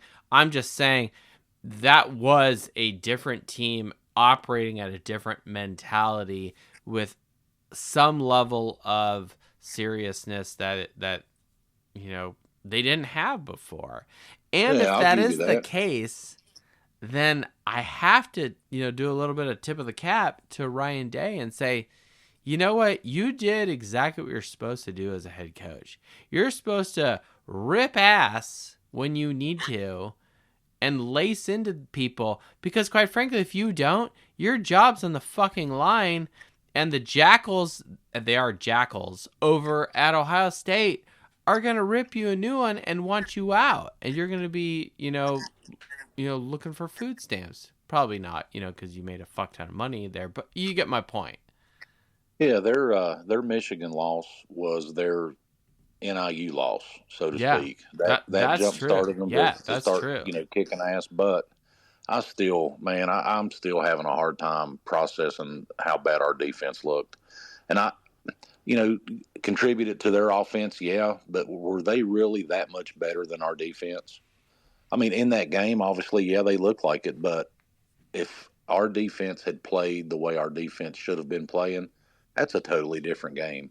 Now, granted, we still, for whatever reason, we had 53 yards rushing, and our best guy with the ball running, had 4 or 5 touches. That makes no sense at all, but it is what it is. Yeah. And I have a bad, I don't know. There's just something that irks me about the way the defense performed, the talk of him possibly leaving the week of the game. And then no sooner, I mean, hell, he's gone before the confetti even, all the confetti had fallen. He's gone. Mm-hmm. It just, I don't know. I mean, it just didn't sit well with me. I think that's a very valid response. And I think that's what makes it hard, because like us as fans, we're loyal. We're Notre Dame fans, right? Like right, a lot of us are ride or die. Like there'd have to be some very serious things that would go on for me to really question this. But my fandom was questioned during the Kelly years, so I'll just be very honest about that. Yeah, and I don't want to take not taking anything away from what he's done. I mean, hell, he did a hell of a job. Appreciate him, wish him well, Cincinnati or whatever. But then you flip it to the next guy. What's this guy going to do? Chris Ash, I don't know. Like he's got some stripes on his belt, but that's at other places. 10 years ago, I don't know. Just I don't know enough about Chris Ash to really make a legit opinion about, other than just like running some numbers through Excel based off of shit that happened like 8 years ago. Like he was at Texas, right? And I was tempted to be like, well, all right, where was Texas that year versus national champions in scoring defense? And I'm like, well, is that really relevant, to today? I don't know, like, and then he was in the pros for a while, and just, this is one of those situations where it's just like, I'm just gonna let go and let God, right? Or in this case, let go and let Marcus, because like that's really what needs to transpire now, where it's like, look, Coach Freeman's now like hired multiple guys. He's replaced his offensive coordinator. He's on a third offensive coordinator in 4 years now, and his second DC, his second strength of conditioning coach. Like, did I miss anybody huge? Like there's some legitimate decisions he's had to make as a coach, and simultaneously, granted the sample size is small, 3 years now going on to a fourth, but we are getting better. I can say that with confidence. We are getting better. We are improving as far as record, win percentage, what we've, quote, accomplished, right? Maybe there's not a whole lot of difference between year 1, year 2, but quite frankly, those first 2 years are, especially because he's never been a head coach before, he's kind of testing the waters and kind of filling out the job. So we'll just let that roll. So. Yeah, I mean, major improvements. We've got over some hurdles that's been haunting us for years. The major bowl wins, of course. And, the ultimate goal still, we still haven't gotten there. We should. The future looks good, but I've learned that all the accolades and your resumes, kind of treat that like, star ratings for recruits. Everything sounds good. You can get hyped and excited, but you have to show it on the field. And that's where you prove yourself. I mean, how many guys are 3 stars that end up, by the time they leave, they should have been a 5-star, and vice versa. You can have 5 stars that are busts. I mean, it's you've got to prove it and show it on the field when it matters. So we'll see. We will see.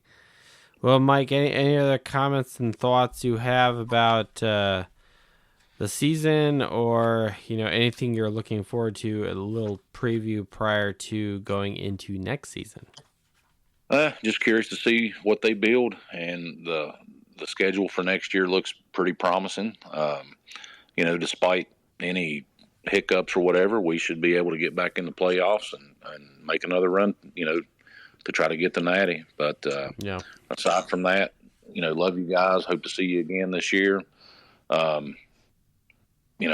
Whether it's the Boise game, USC, whatever, everybody, I'm sure we'll all decide on something, and we'll go from there. We will go from there. I have talked to the doc. She's aware of the Boise game. I've already been in discussions with people like Jay, right? Some people who are really Johnny on the spot and much better at planning, or they just don't have kids. I don't know. But that being said, with respect, there are already moving pieces in play for the Boise State game on, I believe, October 4th, if memory serves me well. So I'm looking forward to that. Don't worry, I'll be wearing Notre Dame stuff. But I love Boise State. I love what that program means, their tenacity, etc. And because it reminds me a lot about Notre Dame. So, for sure, happy about that. And if I was not, if Notre Dame football ceased to exist, we'd be running a Boise State podcast. I'm dead serious about that. So, so is it a win? Is it a win-win for you? Because Notre Dame loses. Boise because I want There's no reason why Notre Dame should lose to Boise State. I'm sorry. With all due respect to my Broncos, they have only won Fiesta Bowls. Now, granted, you could make the argument they have had more New Year's Six success over the last 30 years than Notre Dame has. That is a mathematical fact. But all the time, They are a Johnny Come Lately program. They're a smaller program. I think but I will say this. They remind me a lot of the history of Notre Dame. The history of Notre Dame being this underrated, quote, Catholic school going across the country and playing the big boys. You know what I'm saying? And then you got Boise State, this smaller school from Boise, who's going and playing Big Bad Oklahoma or whatever they're doing, or getting a win over Oregon, stuff like that. Hey Joe, I could say the same thing for Fresno State. If anything, we need to meet up at Fresno and Boise and have a little thing going on between you. I'm from Fresno, bro, so I got to rock my. This is the legacy of the WAC conference coming out. That's what I'm hearing. There you go, Trent Dilfer, Ron River area. Who's Fresno's coach? What's his name? It's a new one now. They just but the previous guy, Jeff, what's his face? Gosh. Yeah, Red Snapper. Our uncle was really, really close friends with the Fresno State coach. I'm totally going off memory here, and I'm not a Fresno State guy, but our uncle was really good friends with the Fresno State coach, and we talk about Fresno State a lot, and they were one of those teams. I'm with you, man. That were a surprise. So it was always like, how they doing? I'm with you. So, and all right. Yes, your memory does serve you correct.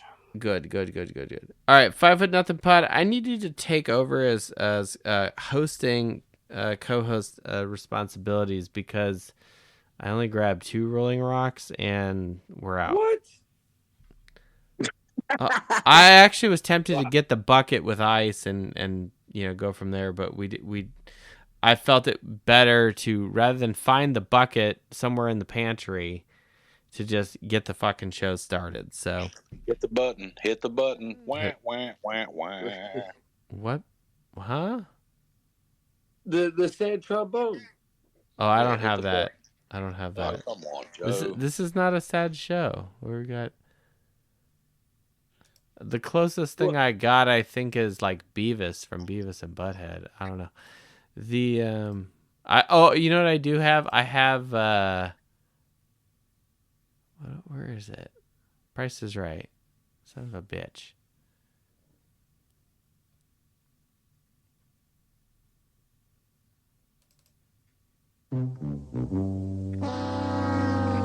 That one. Is that what you want? Yeah. That'll work. That's what the people want. All right, 5 Foot Nothing Pod, take over, bring Irish JTL on, and close out with Mike Sloan. I'll be right back. Hey, Mike, you were talking about Ash, or Joe brought up Ash as the DC. Yeah. It's one of those things that if you look at his resume, are you impressed? Like, it's something that concerned me, to be honest, was, okay, cool. He had some defensive coordinator roles that didn't last very long, so why did they last very long? Then he made his name at Ohio State, then gets the Rutgers game. Rutgers did not go well. And then from there, he was a safeties coach, defensive backs coach, and then a scout. Those were his 4 years in the NFL. Yeah. Well, I look at it like, are you looking at him to come in and be better than Al Golden? Definitely not. I mean, he hasn't proven it. And, Golden going out being one of the best DCs, in the country at the collegiate level. And I guess, you hope that it's a lateral move or as close to a lateral move as possible. But again, he's going to have to prove himself. I mean, is our defense going to go from, one of the top to one of the bottom? I hope not. But, time will tell, and he's got to prove it. Well, this might sound, maybe you agree with me, I don't know. But what I'll just say is it felt like they really wanted to keep Mike Mickens, but weren't ready. I say Marcus Freeman wasn't ready to make him the DC. He's like, but if I bring in this other guy who has experience, but he's definitely not Jim Knowles, he's not Tom Allen, he's not Al Golden, bring him in. I can make Mickens the co-DC, and Mickens will feel like he actually has a voice because the other guy isn't some sought-after name. Because I'll be honest, even though I'm from New Jersey, I had no idea who the hell Chris Ash was until yesterday or 2 days ago, whenever the hell his name came up. So I'm wondering if hiring a guy like Ash was all just part of how can we keep Mickens in-house? And ultimately just move him to the DC, and whatever happens with Ash, happens with Ash. Does that make sense? Yeah, I'm with you. I mean, I'm like you. I don't know enough about the guy to know, what his role's going to be. Is he going to split it with Mickens? I mean, are they doing it to kind of, bring Mickens along to get a little, get his feet wet in that position? Who knows? I don't know anything about the guy. And with his experience with the secondary, is he there to solve some of the Band-Aids from this year where, like the SC game and obviously the long pass at the end of the Ohio State game, where our secondary was, our weak point? Is he there just for that, and Mickens is going to take the front seven? Go back to that. It's a weak spot. The USC game, I'll say it. Said it a million times. I think they attempted like 49 passes or some bullshit like that. Like, if you're throwing the ball 40 some odd times, you're going to put up yards. You're going to put up stats. Absolutely. If you're USC. But in that last pass, Jeremiah Smith, Christian Gray, if you watch the replay. It was 49 passes, by the way. It was 49, wasn't it? Yes, it was. Yeah, you're going to put up stats. But that last pass to Jeremiah Smith on Christian Gray in the national championship, that I'm almost convinced some of us listening right now could have made that throw simply because of how Jeremiah Smith ran. He started on the numbers, ran like a skinny post to the hash, and once he got to the hash, he planted and faded out, and that's when Will Howard was at the top of his release. Will Howard had from the hash to the sideline to drop it in, and Christian Gray could not give up the inside slant. He had to make it a harder throw. And it ended up being not an easy throw, but a lot of space to work with. So to single out that one play, I don't think is totally fair. And all the USC shit, again, it's USC. You know what? They have talent. They're throwing the ball 49 times. Numbers are going to be had just by default. And you got to keep in mind, too, that Smith, hell, as good as he is, you got to look at that play call, too. I mean, hell, they sent the house, and they're leaving him one-on-one. I mean, that... And he should have been in cover 0, where he did bump him at the line, and he didn't. So... the blitz has got to get home on that one, too. I get it. And you're right. Maybe do a little bit of a press on Christian Gray. But at the same time, it was like, okay, don't give up the inside. Make the throw harder. Use the sideline as your friend. But Jeremiah Smith ran a good enough route to make the sideline not be an issue. Unfortunately. Yeah. But I don't know what Ash is going to bring. I have no idea. Because I don't know what an NFL scout means. But to me, if you went from specifically the safeties to the defensive backs, that feels like an upgrade because now you're responsible for all of the secondary, I guess. But then you go to an NFL scout, like that feels like a downgrade. Am I crazy? Yeah, I don't know the details behind either at all, and what that means in the NFL and how that would potentially translate to Notre Dame, or even why Notre Dame, even got him. Clearly Marcus Freeman hired him. I don't think this is necessarily a situation where he's being, handcuffed. Let me put it another way, and then we're going to move on to Irish JTL because I'm sure he's got an opinion about that. So we're bringing we're gonna bring our regulars on here, and I do need to get this stat piece done tonight, but I do want to hear from these guys too. Irish JTL, Coach Bersigian, etc. Marcus ultimately had to sign off on these guys, and as someone who took us to the Natty, he clearly has a say. So I don't think this is a situation where, well, this is your coach, you guys, figure out the details. I don't think that's what is happening at all. I think he was influential. Now, what Coach Freeman is seeing in this guy and what he wants him to bring to the table, we're looking for improvement, etc. But at the same time, and I don't want to come up with the who are you going to get kind of argument, but I also have not done that research, and I would encourage any of our fans and friends of this show or the 5 Foot Nothing Pod show who are saying, well, maybe we shouldn't have gotten Chris Ash as our new DC. Okay, fair.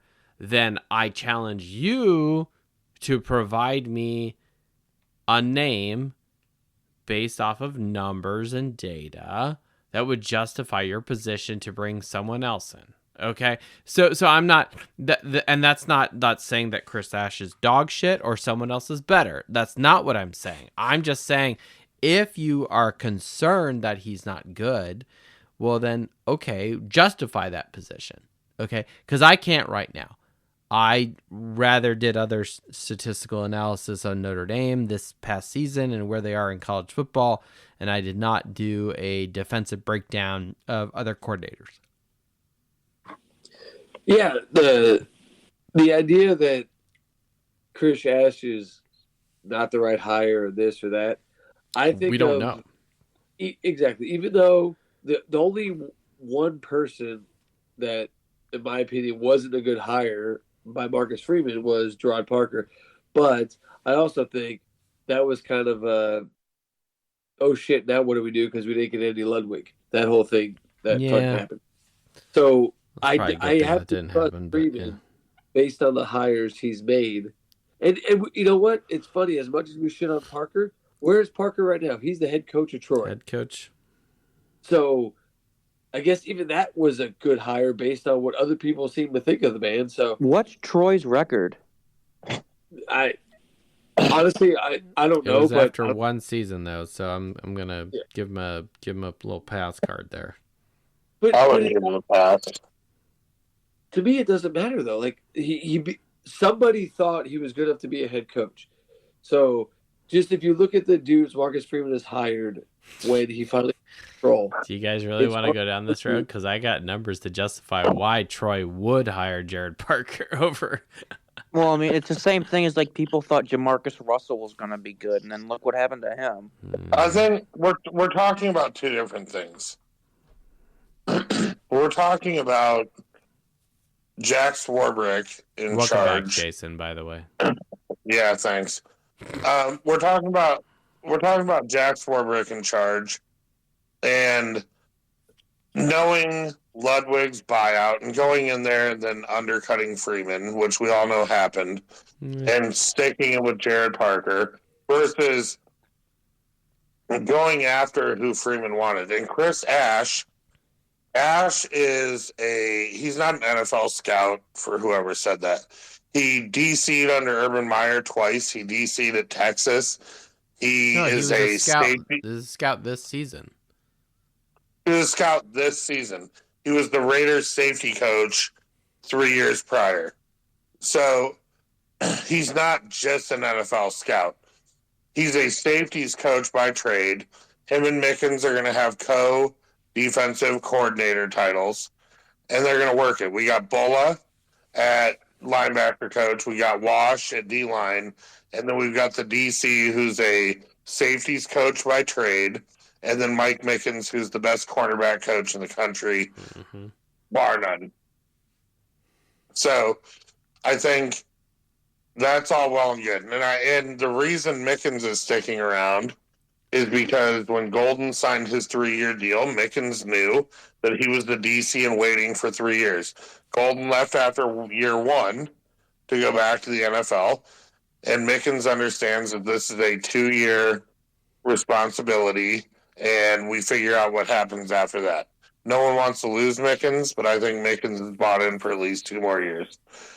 So we've got that on lockdown right now. Now we just have to hope that Rudolph doesn't get enticed by the Bears, which I don't think he will, and the people that I talk to don't think he will, which is good.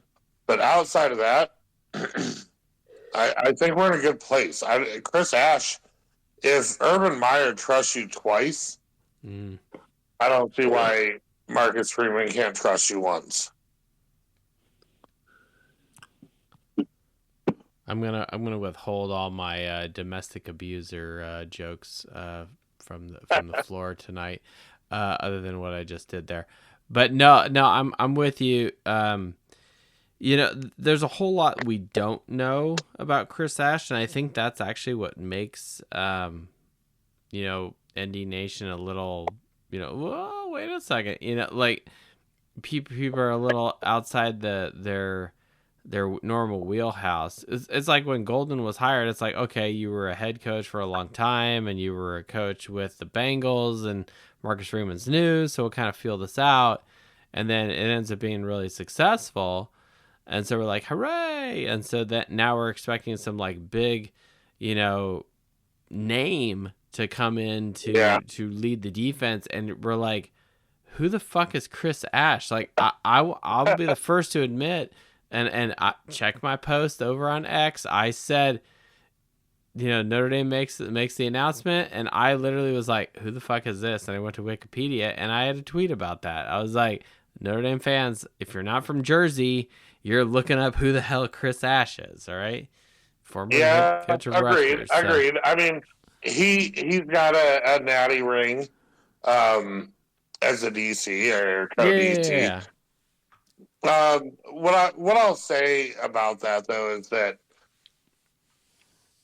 we're in a unique position from a defensive standpoint, because we have what I would consider the best defensive coordinator in the country as our head coach. And so we can use that to either build and bridge Mike Mickens to be DC ready, or we can't. And so I think the idea is that we bring Ash in, we give him a 2 or 3 year deal. Mickens knows the deal because he already was involved in the deal with Golden. He knew it was 3 years. It just Golden happened to leave after 1. And we have such a good offensive structure right now. That's true. From a Denbrock and DMC, like we've got an associate head coach in Deland and an offensive coordinator in Denbrock, where Freeman has to spend 70% of his time with the defense versus 30% of his time with the offense. I think we're all good with Marcus Freeman being our defensive coordinator. He teaches these guys how to game plan, and I think Ash knows how to game plan. And I think that's the move, is like they want Mickens to learn how to game plan from Ash. They want Mickens to learn how to scheme from Ash. They're not worried about him as a position coach. They're worried about his ability to scheme and game plan, because he was supposed to have 3 years under Golden and he got 1. And so if our head coach was an offensive centered guy who had never made a splash on a defense, I would be worried. But the fact that we have maybe the best D coordinator in college football as our defensive coordinator or as our head coach, I'm okay with it. And I trust them, and I trust what the moves they're making, because since Jack left, Freeman and Pete have made some home run deals. I really feel they're going to get Blanchard or Suggs as the GM, and I think they know what they're doing. And I'm willing to give them the benefit of the doubt. Yeah, Blanchard's a Texas Tech guy. Yeah. Yeah. instead of saw that the UNC guy. Yeah. Let me throw a little bit of shadow on what you're saying about Ash here. You know, and Grant, this is 11 years ago, right? But everyone's like, "Oh, well, he won a ring at Ohio State." Fair, and Is this the OSU? Yeah. Okay. So before you do that, he was. They were what, 42nd in scoring defense that year? No. No? Okay, go ahead. So here's the deal. I've got the numbers, right, for Ohio State 2014. I want to look specifically at the defense. And there's a little preview of what we're going to do later in the show, which is actually coming up soon, right? Because we're approaching the 2-hour mark here. The Ohio State defense in 2014, though, was good and clearly good enough to win the title, and that was that I think was a complete team. The numbers don't jump off the page and wow, like that kind of stuff for their defense. No, the most important defensive stat is scoring defense. They were 26th in the country that year. Yes. In scoring defense. Rush defense, they were 34th. Total defense, they were 19th. We haven't even cracked top 15 yet. Red zone scoring defense, 79th? What? Red zone touchdown defense, 114th. Bad. Sacks per game, 13th. Probably one of their better stats. And third down defense, 13th as well. Probably their two best stats. Fourth down defense, 65th. Turnover margin, 27th. That's a little bit of the offense in there too. Pass defense, 29th. Tackles for loss per game, 14th. And that's it. Okay. Now, what I didn't do is compare that to Notre Dame where they were this year, which is kind of irrelevant because it's apples to oranges because there's like 11 years of difference. But that being said, and I'll throw it back to you, Jason, real quick. Ash was a co-defensive coordinator, and quote unquote college football is a little different back then. But I didn't mention any of the numbers of like, well, what was their scoring defense? It was 22 points per game, by the way. Things have changed a little bit. Like, let me put it another way. The only other team that allowed more points ever since I've been keeping track of scoring defense, which goes all the way back to USC of 2004. The worst team in scoring defense was Auburn of 2010, but they had Cam Newton, so who cares? That Ohio State team is second worst with averaging 22 points a game. You're talking Natty, like champions, right? Natty average, yeah. Okay. What do? We compare Notre Dame to the team that holds the big trophy. I'm with you. I just wanted to make sure we were talking about the same thing. Yeah. So again, this is not meant to be throwing rocks at Ash and saying, "Oh, he's trash," and we're settling. No, that's not what I'm saying. I'm just saying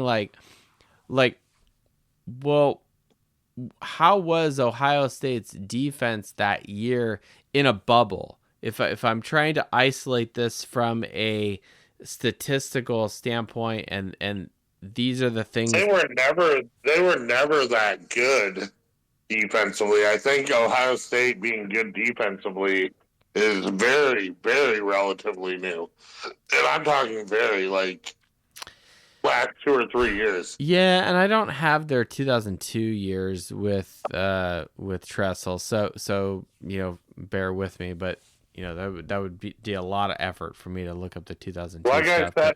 Like I said, I think I've always thought that Marcus Freeman carried as a D coordinator at Cincinnati. I always felt like Freeman carried Fickell, and I think Freeman knows what he's doing, and I think he knows what he's getting into. And I don't think Chris Ash is a bad hire. I think he is by trade a position coach That's what makes we me the most haven't nervous. had. No, what I'm saying is he coached a position that we haven't had since O'Leary left. He's a safeties coach. We've got Wash on the line. We've got Bulla as a linebacker. We got Mickens, who's a cornerback coach by trade, and now we've got a safeties coach. And make no mistake, they're promoting Mickens to a co-DC. So it's going to be a 2-coordinator system. It's up to Freeman to figure out how that works and who calls the plays and what the game plan is. But I don't hate the hire. I don't love it, but I don't hate it. But I don't think there's any reason. Yep. I don't think there's any reason for us to get if Marcus Freeman hired, if Denbrock had left and he hired Jared Parker back, I think there's a reason to get up in arms, right? I don't think there's a reason to get up in arms over Chris Ash. I think Freeman knows what he's looking for, and I think he knows what he's getting. And until they prove me different, the staff that we currently have on hand and their evaluation of talent and their evaluation of coaches kind of has me sold. With a better caliber of recruit coming in. Mm-hmm. Agreed. I mean, defensively, we're so stacked. We're aside from defensive tackle, that's for sure. The cupboard is definitely not bare. Yeah, especially. I mean, if you exclude defensive tackle, we're so stacked with Drake Bowen and KVA and Sneed and Madden Faramo and Anthony Thacker coming in. And then the secondary's crazy. So we've got Christian Gray, we've got Stroman, we've got Leonard Moore, we've got Schuler, and then we've got Dallas Golden, Jadon Blair, Mark Zachary, Ethan Long, Luke, Ben Minich. Like, we're going to struggle to find out who can play and who we can save from not entering the portal on the defensive side of the ball, because the recruiting has been so good depth-wise. And so we're just really, like, I understand that Chris Ash, but if I was to pose the question, who would any of us take that's realistically available over him? And Mike Mickens is on the table. So if you're a Mickens, which I am, I'm a promote Mickens guy. But if it's not Chris Ash, who are we taking?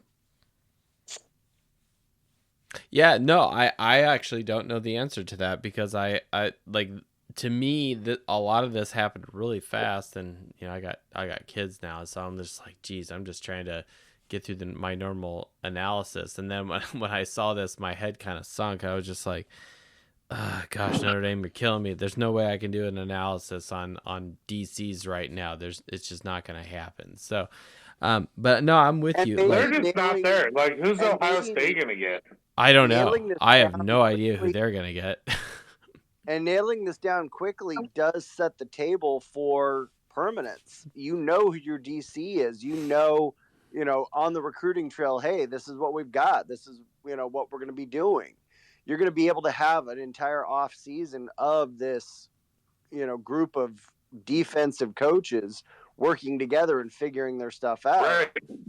Ohio State's still wondering who they're going to get, because Knowles left a natty winning program to go to a quasi rival. I wouldn't call them a rival, but he's a quasi rival. I mean, Knowles clearly followed the money, right? And Penn State is willing to pay him that. I think Knowles was so sick of Ryan Day after 1 year, honestly. That's pretty funny. Yeah, we'll find out what's going on over there in the Big Ten soon enough. So, Jason, any other thoughts about the season? Do you have any high level thoughts to the season you want to leave us with before I get to my major stand piece? I do have a couple high level thoughts. NIU was bad. Stanford game tailgate was elite. I loved seeing all of you, and I'll never forget carrying Joe's tent 18 places across the parking lot. That was funny.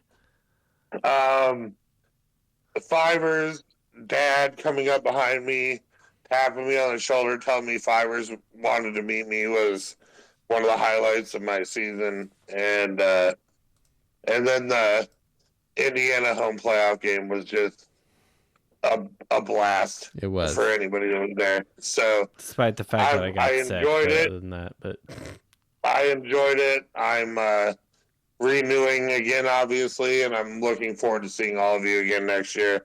Love you guys. We're gonna make sure Luis is okay. Yeah. And go Irish, and I love you guys.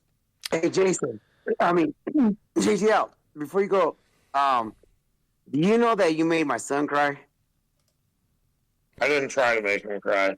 No. You didn't, I know you didn't try to make him cry, but it's a the trap. reason that you got to him was because like Luis, he's never seen people do like nice things for others, you know. And when you know what, Luis, I would do that again 100 times over for you guys, and I would do it again next year and the year after. You don't have to thank me anymore. You thanked me more than enough, and I really appreciate it. And you're gonna be okay, and we're gonna get you back there again. Sound good, brother? Sounds good, my boy. Wear that chain with fire, boy. It looks good on you. Awesome. Awesome. Good stuff. Well, let's bring Coach Barseghian on too. Invite him to speak while we do our last stat piece here. Last stat piece of the 2024 season 5, episode 3. Last stat piece. As we are in volume 152 of the Fighting Irish Faithful show. But this is not just the Fighting Irish Faithful show. This is Joe not drinking scotch. It's Rolling Rock. It's weird, but hey, we're mixing things up. We also drink bourbon in the spring. So, the Fighting 5-Foot Irish Nothing Faithful show. All right, here's the deal. Clearly, we're very successful this season. Clearly, Notre Dame went to the Natty. So then it begs the question, how close were we? And where are we relative to the benchmark, which is national champion average, which is kind of the backbone of what we talk about on this show. So we did a quick review of the stats, all 27 of them. And because now Ohio State did win, sadly, but Ohio State won, they are influencing this. So Ohio State 2014 all the way down to Alabama 2015 are now the 10 teams that are dictating our statistics going forward into next season. And so I wanted to compare where Notre Dame was in the 2024 season relative to these new numbers and things that move it around. Now, without getting into all the details about, this, spoiler alert, total touchdowns is still number 1. Okay, fine. And what's funny is yards per point and rushing attempts per touchdown, things like that, didn't really change a whole lot. But there was a lot of movement in things like defense. And you saw a lot of grouping between, there's like a pocket of defensive stats and then a pocket of offensive stats, etc. So that I thought that was kind of interesting. What I wanted to do was look at where Notre Dame is in all these 27 statistics, and rather than talk about them individually, look at them as a group. And then which statistics is Notre Dame better than the national champion average? Which ones are they within the national champion average's standard deviation? And then which ones are outside looking in that, hey, Notre Dame, you still got to work on these because you're not even close to the standard deviation of the national champion average. Makes sense? So you got 3 buckets. 1, you're above average, playing above the rim. 2, you're there, you're close, you're not quite, hitting home runs. Your free throws. You're on base, you know what I'm saying? Like can I say that? And the other one, dude, you go back to practice, right? You're not even close, right? So there's 3 groups. So here's the deal. There are 27 stats. 8 of them, Notre Dame is better than the national champion average. 13 of them, you're within the standard deviation, and only 6, you are outside looking in. So we'll go worst to best. We'll go from bad to worst, so to speak. And Adam, hello, I see you there. Trying to invite you to speak. Add you to speak. Adam, Coach Marcijan, if you guys want to jump in at any time, please jump in. Interrupt me. No problemo. The statistics that Notre Dame is the outside looking in. We'll go from least important to most. Passing yards, passing yard points. That's no surprise. Who was our quarterback, right? Let's bring Mac back on. Jeez. Notre Dame is 198 yards this season, almost 100 yards shy of the national champion average now, 281. Angeli, Carr. I'm looking at you, boys.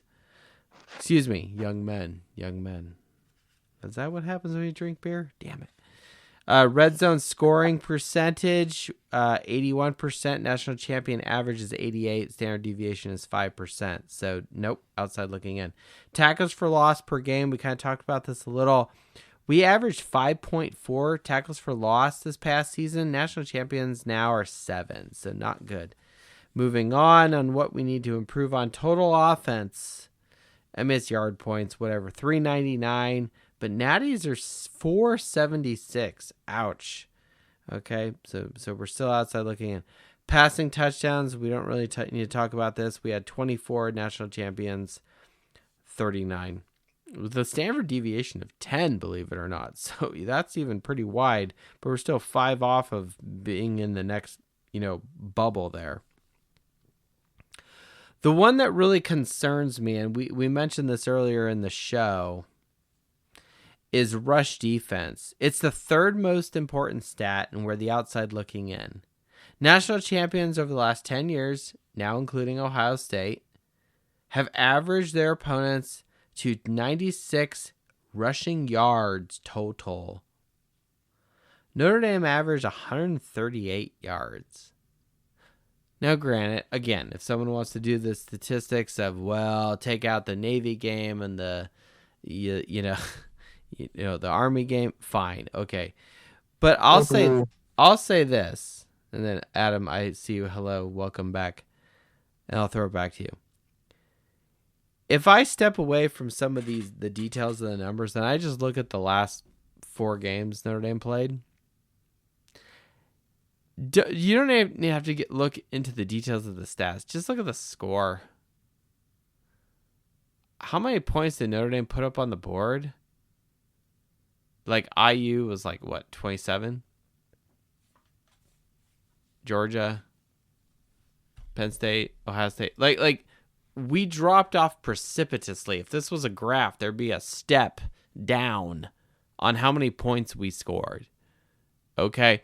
And that is a problem. Now, I know we've been talking a lot about defense and stuff, but my point is, when we played better competition at the end of the season, which is interesting because our strength of schedule was not very good, and it got, quote, good at the end of the season when we played Ohio State.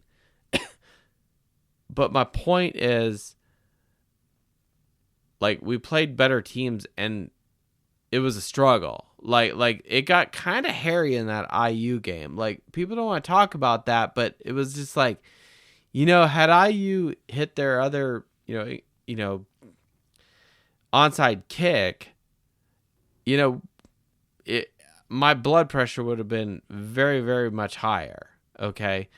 Granted, look, we won, we took care of business. I'm not going to take that away from our team. I'm just saying, if I'm going to put the negative pessimistic hat on and say, this is what you have to do better. Well, for fuck's sakes, the last 4 games were not even close to the averages of what we were putting up prior to said playoffs. So, Adam, Coach Marcijan, what's up, guys? Brought you on. So, with some of that, with the rushing touchdown statistics and all that, there's always context throughout the games and everything. You know, we look at how many players we lost on defense, on our defense side of the ball throughout that whole stretch of the season. Like, and then even like ESPN, like before even the playoffs even started, we're like talking about how healthy Notre Dame was on defense and all that stuff. And it's like, did you ever like watch the games? Because like that was a damn joke in my opinion. Like we were losing players like every single game in the playoffs. We lost freaking we lost Riley Mills in the IU game, and then like it just kept trickling down after that, after each game and everything. But I mean, in terms of the harder competition that we faced in those playoff games, like unfortunately, I get everybody. I don't know everyone's opinion, but like we all knew my opinion of Riley Leonard when we first started the season. He was never that passing threat quarterback that you needed to stretch the field. And then like once you saw that, you couldn't get Jeremiah Love or Jadarian Price running room and all that, which was a problem. Once you took those two guys, once you took those two guys away out of the equation, well, now all you have is the running capability of the quarterback because he can't stretch the field throwing the ball. They don't respect him to throw the ball. And I know I got into an argument with somebody in the after the Ohio State game, and I know I was a little bit optimistic and kind of negative throughout the playoff games, especially the Penn State game, because that game just irked me so much with how like barely we squeaked by. But like someone was like, "Oh, Riley Leonard threw for this many." I was like, "Okay, cool," but like we went away from Jeremiah Love had 3 carries for 4 yards. Like, he was possibly hurt, but like, come on, man! Like, he was out there freaking hurdling dudes every freaking game. Right. Like in the playoffs, like with a knee brace on, and like you're telling me we're only going to give this man 4 carries or 3 carries, and then same thing with Jadarian Price, and it's like I get like most of our interior line were better running through the tackles and up the middle, but like we've got to be able to do those stretch run plays. Like look, Jadarian Price is that quick on the outside. Yeah, like give him a jet sweep.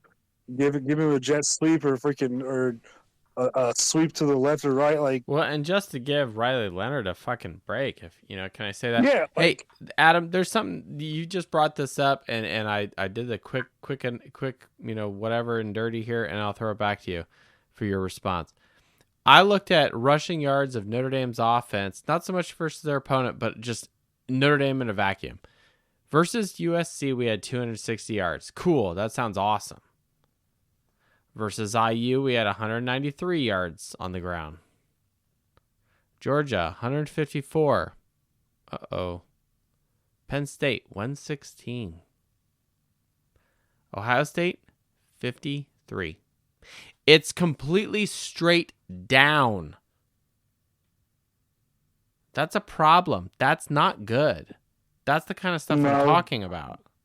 We also were out within the championship game. We were out 2 starting offensive linemen too. Okay, that's fair, but like that doesn't change the fact that like why do we only try to give Price and Love, like 8 carries between them, or I probably have that number wrong, but I'm not far off the mark. It was 7 carries. 7. You know what I'm saying? Like it's very concerning, and it'd be one thing if that's what we did and we limited Ohio State to like 150 yards on the ground. No, they had 214. Like Penn State had 204. Statistically, if you look at some of the box score kind of shit versus Penn State, you're like, wow, how did Notre Dame win that game? You know what I mean? Like 100%. And I'm not trying to like take anything away from, because kicking that field goal and beating Penn State was awesome. I had such a great feeling after that game,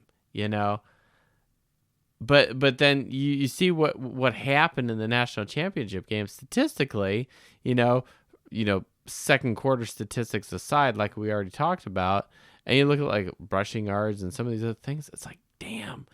Now, and here's another thing. Now we're taking if our running game's getting shut down because Ohio State, doesn't have shitty coaches, at least during the game. Well, I guess Ryan Day is shitty, but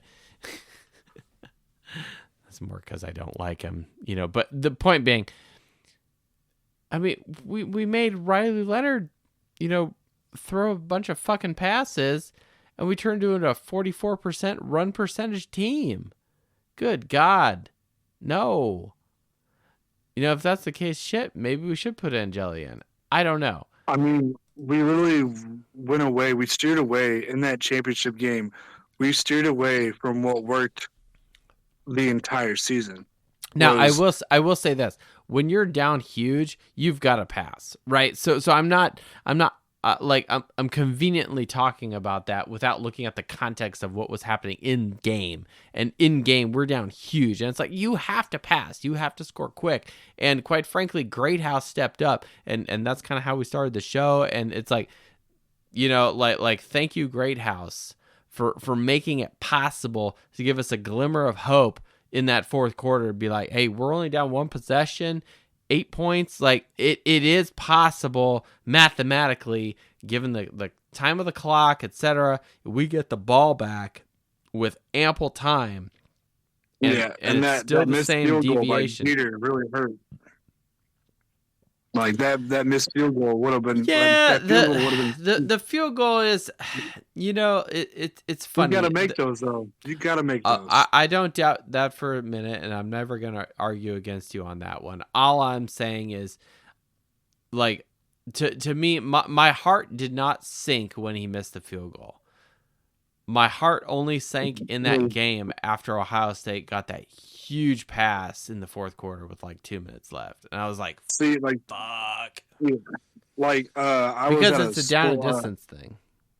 Yeah, like that first drive was like beautiful. Like that after that first drive, I was literally like, "We can do this." Oh, I was dancing in the fucking kitchen holding the baby. Yeah, and then because I was very optimistic and kind of a little bit negative during the Penn State game. So like I didn't say anything negative or anything during the entire week or anything like during the game.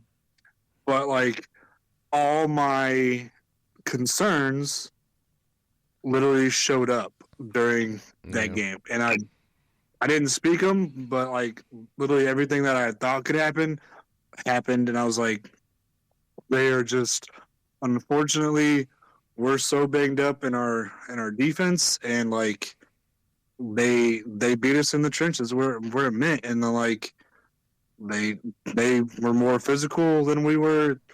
They had way more weapons on offense than we did. Like we were not very well. Didn't match up well. They just had too many options on their offense that we really couldn't stop, unfortunately. Yeah. So in that aspect of it, like I feel like, yeah, we made it, but like I still think we're not really there yet in terms of like talent wise. I don't know. Like this is kind of the argument I got in with Mac at post game is like, I'm not going to argue from a standpoint of who has, quote, the better players. Yeah, Ohio State does. Who had the better quarterback? We all know the answer to that.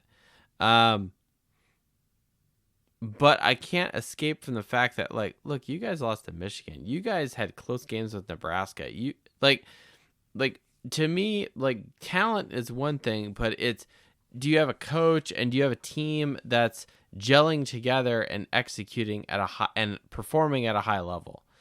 And Ohio State was hit or miss prior to the playoffs, quite frankly. Okay.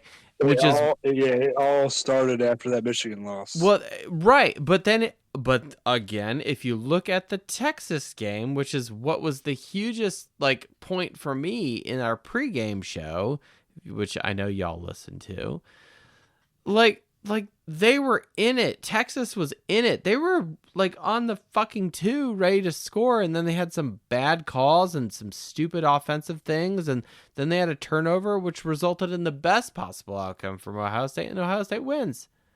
And that's not to say that Ohio State got lucky. That's not what I'm saying. I'm just saying the best possible thing that could happen to Ohio State happened. And so I'm looking at the score, I'm looking at the data of what happened in that game, and I'm like, geez, like if Notre Dame played balls out and was in a tight game like this with Ohio State, I really think we would win. And that was kind of the premise of and the stepping off point in all of my analysis of like the assumption, the boundary condition of the problem, because that's kind of how we approach this show, of it's going to be a close game. Now, to the credit of Ohio State, they didn't make it a close game after that second quarter. Like they were killing us. And it was one of those things where it's like, fuck, can we just make this respectable? And we did. So. Yeah, and like, so a lot of Adam, real quick, because I know Coach Barcision wants to jump on, and I got to work tomorrow, and it's late, and we're over 2 hours in. Go for it. All right, Coach Barcision, jump on, man. Sorry. Forgive me, I've got to be brief because I'm battling a sinus infection at the moment. You and me both, brother. Do you want the... Three of us. Sorry. Who doesn't have a sinus infection? You know well, we've had 3 60-something degree days in a row after it being freezing cold for the last 2 weeks. Oh, I thought you were about to say that 60 degrees was cold for Alabama, but... No, they got snow. Like we had snow all over the beach last week, so that's funny. And for the record, I'm not sick, so congratulations, Red Snapper. Hey, I was just in Idaho for a week, so I don't know what that means, but okay. It was cold. But anyway, I've got to keep it brief and PC because I wouldn't want anybody to get offended or anything from what I have to say. No, speak your mind. That's funny. Insult away. Save space. I told you what was the key thing that was the trigger point. You know what I'm saying? It's just I mean, you followed me long enough. You know exactly how I am, and I'm not proud of it. It's a horrible habit I've got to get under control. But I just vent my frustrations through. Yeah, just like that. Just start spiking cans off the floor. No, I'm still pissed off about it because this wasn't 2012. Yeah. That's the key thing. It wasn't 2012. It was a much better situation than 2012. Oh, yeah. And we had it. It's just the defense didn't show up. The defense stayed home. They didn't get off the plane. If they even got on the plane.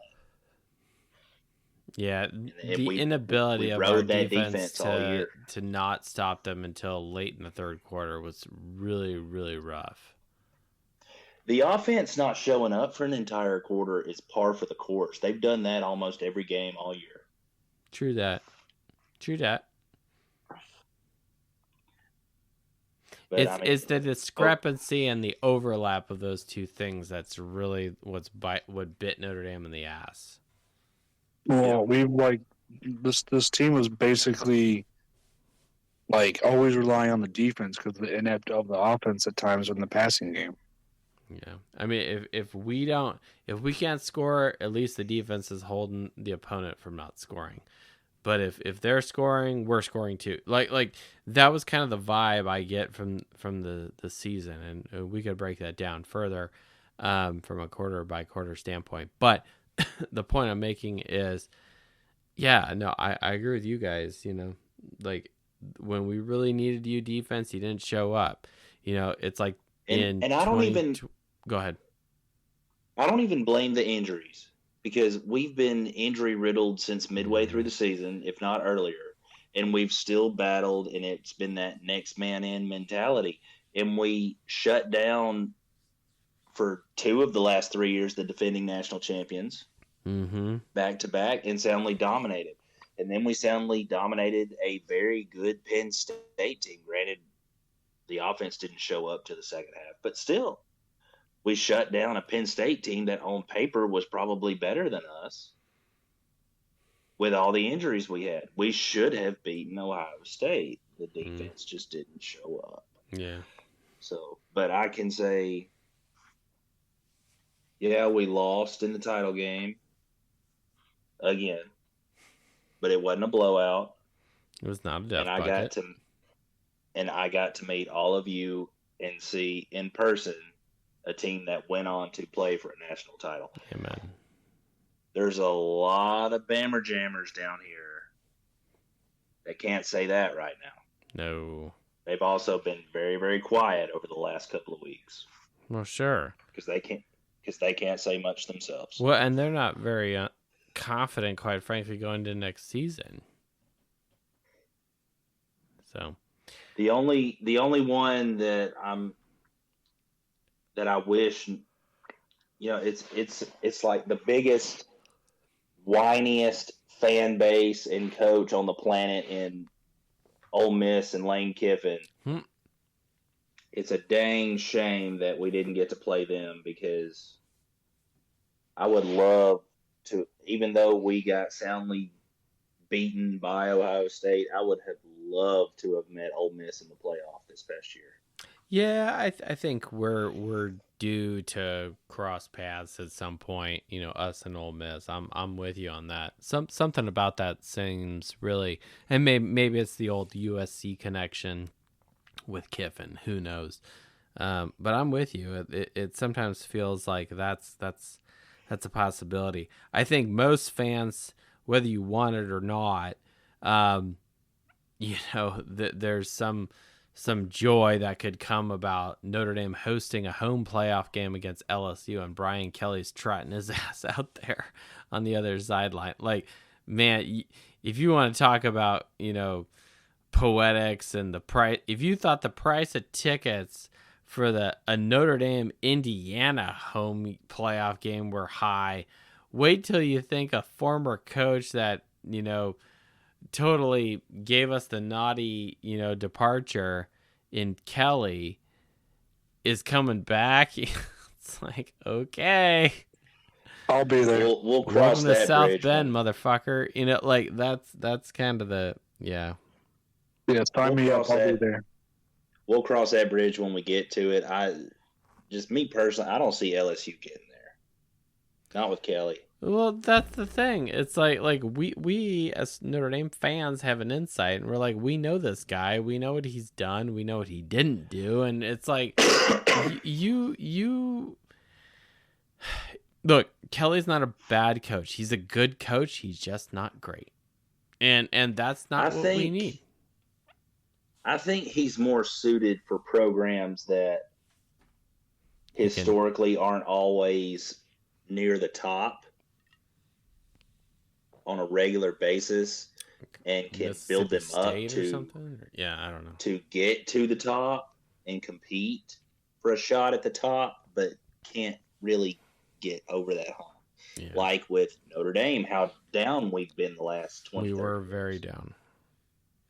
And then with Cincinnati, he turned Central Michigan into, hey, we're going to bowl games on the regular. Yeah. Yeah, no, it's. I mean, we don't need to. Not saying LSU is a blue blood, but LSU is normally. It's a big program. They've got a lot of money. They've got a lot of pride. Their fans are assholes. Pick whatever statistic you want. On that note, Coach, I want to get this last bit of stat piece in, and then we do need to shut it down because it is 12:30 in the morning. Again, back to the comparing Notre Dame to the Natty. We already talked about the statistics, the 6 statistics that Notre Dame is lacking in. The one that's the most concerning is rush defense. We're outside the Natty average standard deviation. Now, What are the statistics that Notre Dame is less than national champion average, but within the standard deviation? There are 13 of them. I won't go through the numbers too much, but here are the statistics. Scoring defense, the second most important stat. Total defense, the fourth most important stat. Scoring offense, completion percentage, red zone scoring percentage on defense. That includes field goals.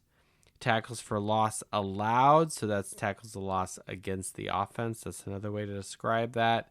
Red zone touchdown defense, sacks per game, third down defense, third down offense, sacks allowed, and passing attempts per touchdown. Kind of one of my made-up stats. But there are 13 of them that Notre Dame is really in the ballpark, but not quite elite. Clearly, some of those are closer to the average than the fringe of the standard deviation, but hey, the numbers are what the numbers are. If there are no questions, class, we will move on. All right, here's really what we want to get to. Oh, sidebar. One thing I put in my little notes here. So total touchdowns. Notre Dame is within the standard deviation, not better than national champion average. National champion averages total touchdowns of 77.2 touchdowns over the last 10 years. Notre Dame this season, 76. So it's less. But y'all know that this is the best and the most touchdowns Notre Dame has ever scored in a single season. Grant, we played more games. I'm with you guys, okay? So you can divide it by 16 if you want. All I'm saying, Notre Dame did achieve and eclipse that. Did Riley account for like 20 of those? Okay, we'll come back down to that. Well, I didn't do his passing touchdowns because you can make an argument that he had, quote, a play on that. But from a rushing touchdown standpoint, you're leading me right in. What are the statistics that Notre Dame is better than the national champion average? And the best one Notre Dame is the best at is rushing touchdowns. Now, it's the seventh most important stat per the latest results. And Notre Dame is better than any team since 2009. Notre Dame teams, that is. So Natty averages 36 touchdowns rushing. Notre Dame had 45. Now back to what Adam's asking. Yeah, that'll go down this season, though. Will it? Leonard had 17. Love had also 17. And Price had 7. Now, because Leonard and Love are combined, and clearly there's a huge step down to Price, Leonard and Love account for 75% of all of our rushing touchdowns, which means with Riley Leonard departing, at least 32% of all touchdowns on the ground are not going to be in South Bend next year. Did Anais Williams not get any? I think he has 2. I just looked at the high rollers here. Gotcha. There are a handful of other statistics that Notre Dame is better than a national champion average. Fourth down defense. Turnover margin, we were plus 18, and that is the best it has been in ever since I started keeping stats. Red zone touchdown percentage, passing defense, rushing yards, yards per point, and rushing attempts per touchdown. And it's those last 3 that are really cool. Now, the problem is with the rush yards, of all the quote-unquote major stats, rush yards is the least important, which kind of breaks my heart. That kind of sucks. But it is what it is, and I'm not going to bullshit you guys. I'm going to be honest with you. But rushing yards, the national champion averages 40th in the country in rushing yard points. Now, here's the deal. That is predicated upon having a transcendent, legit quarterback that can sling it around and throw passing touchdowns. Because I bet if I looked at the relationship of rushing yards on the ground versus passing yards in the air, you'd see an inverse relationship in general among teams, especially that had, a legit contending Heisman, whatever type of quarterback. So that's the statistical piece there. Again, 8 statistics. Notre Dame is better than national champion average, 13 that are within the standard deviation, and 6 that are outside looking in. So if I'm Coach Freeman, there's a couple of ways you can approach this. Maintain what you're doing well, but at some point you have to prioritize what is the, quote, most important statistically. And the top 6 statistics, none of them Notre Dame is better than national champion average. Rushing touchdowns, okay, fine. Maybe that's a quarterback thing that Adam's talking about. But within the top 6, 5 of those 6 are within the standard deviation. And one of those, total touchdowns, the most important stat, is the best it's ever been at Notre Dame. Again, we played 16 games, but it doesn't change the fact that the numbers are what they are. If Notre Dame is going to do one thing, and one thing alone in this offseason and going into next year to improve and build upon what they did in 2024, it is rushing defense. The ability to shut down and lock down elite offensive rushers, which is what Ohio State did to us, and quite frankly, so did Penn State. If we can lock them down, improve on our rush defense against good teams, not against shit teams, but against good teams, that's a huge step. And to me, the greatest opportunity for Notre Dame to improve statistically moving forward. Yards per point were great. Rushing attempts per touchdown were great. Passing attempts per touchdown, it's a function of your quarterback, right? And that's a whole other discussion altogether. So I am done with my statistics. That is the last stat piece of this season, of season 5. Adam likes. Coach Barsegian, thoughts? I do have something that is completely off topic. You saw Marcus Freeman's most recent hoodie that he was wearing. Okay. I did. Senior Bowl. Yes, did we you did. See it? Wasn't it a Yankee? Was there a Yankee? Yeah, bit? You don't see him sporting any Dodgers themed Notre Dame apparel, but I did see that. I was like, is that a Yankees hat or something? I'm like, eh. Somebody had quote tweeted it and tagged the bookstore in it, saying we need to get the Marcus Freeman collection. And it's like, dude, they already have a Marcus Freeman collection. Where you been? You sure? It's been there. Is it on the internet?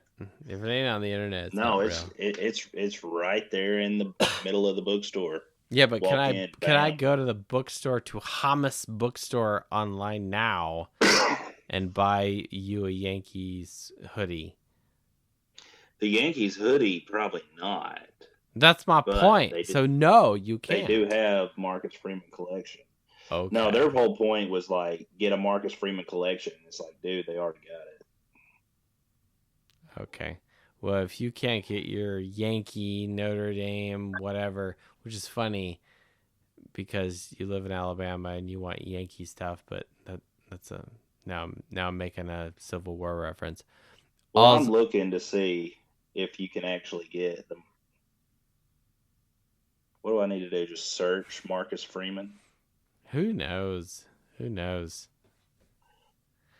All right, 5'0" pod, Red Snapper. You guys have been quiet. Maybe I'm just an aggressive, dominating whatever, or The Scotch is taking over 5-0 pot. He's not sure what to do with the power he has. I'm learning that Mucinex and Scotch don't exactly go together. You had Mucinex? Oh, dude, I'm telling you, God. I went through like a half a box of tissues, bro. Like my nose and my head. So Scotch will do that to you. It's You're natural You're cough. gonna sleep well tonight. It's cough medicine. What are you doing? Mucinex has never done that to me. Have you paired it with Scotch? Not Scotch, but all right. beer. Now, hey, medical advice from us. Apparently, Mucinex and Scotch makes you blow your nose. Okay. No, I took the. I didn't know my nose was going to do this today, Oh, so I took. gosh, you sound awful. Thank you. That's getting progressively. I couldn't back out of our deal, so yes, I was still drinking the Chivas, but I definitely had to take some sort of medication because my nose was not stopping. It's still not stopping. Interesting. Well, you're a pharmaceutical rep, so you can just take whatever you want. I'm sure you got some stuff in your bag that'll fix you right up. I sell ADHD medication, so they're literally narcotics. Basically. Man. Yeah, I'm gonna sleep hopefully well tonight. But I will sleep very well tonight. I'm gonna sleep well. You know, it's funny. I'll say this till now because we're near the end of the show. I was encouraging the doc to jump on here. It didn't happen, obviously, because we got the little kids and whatnot. But I said, "Hey, look, if Tyler Irish Faithful's asleep and we just got the baby and the baby's pretty chill, unless he's really, really fussy or whatever." But I'm like, you could have jumped on, but it's funny. She said to me something to the effect of like, "It's been a great season, but I'm happy that it's over and I get you back." And I'm like, in a way that's kind of endearing, but at the same time, it's like, wait, what are you saying about the podcast? Like, what do you mean? But anyway, she gets her co-parent back. That's no, what she can. I can fulfill the honey-do list. That's what that means. But exactly. Trust me, I there's a reason why we started closer to 10 than 9:30 when I told y'all we would start. So, but y'all, all the regulars know that when Joe says 9:30, he really means closer to 10. So, all right, I think we're gonna shut it down. Unless 5-0 pod. Red Snapper, final closing arguments here. I think it was an amazing 2024 season. I think it has set the bar to a new standard, and it has blessed this program for next year and the years to come with the recruits, because nothing recruits better than winning. And we were just correct. In the and we just got a purse of $20 million to throw toward NIL. So that defensive tackle position, I think we'll be looking for some people. That's the thing where I get some backlash from some people that aren't Notre Dame fans. They see that money and they're like, "Well, you guys can do exactly what Ohio State just did." Yeah, we can, but the thing is with Notre Dame, we actually hold our players to a higher standard. Go to class. They have to go to class in person and also maintain and do their well in said class, grades. not just go there. So people don't understand that. Like that's why I try to combat them. Like you can use that $20 million and just pay for your Super Bowl or your championship roster. Be like, no, those athletes still have to do well in school, or else they don't play. Correct. Like, well, yeah, we can pay the guy $20 million to come here and play, be our wide receiver one, like Jeremiah Smith. He keeps his grade point average of what, 3.5 to stay active. It's not that high. But it's probably around the 3.0. Yeah. It's way higher than probably Ohio State, Alabama, and all them. Average. Like, because let's be real, like Alabama's they're not holding their players to that high of a standard in the academics. Yeah.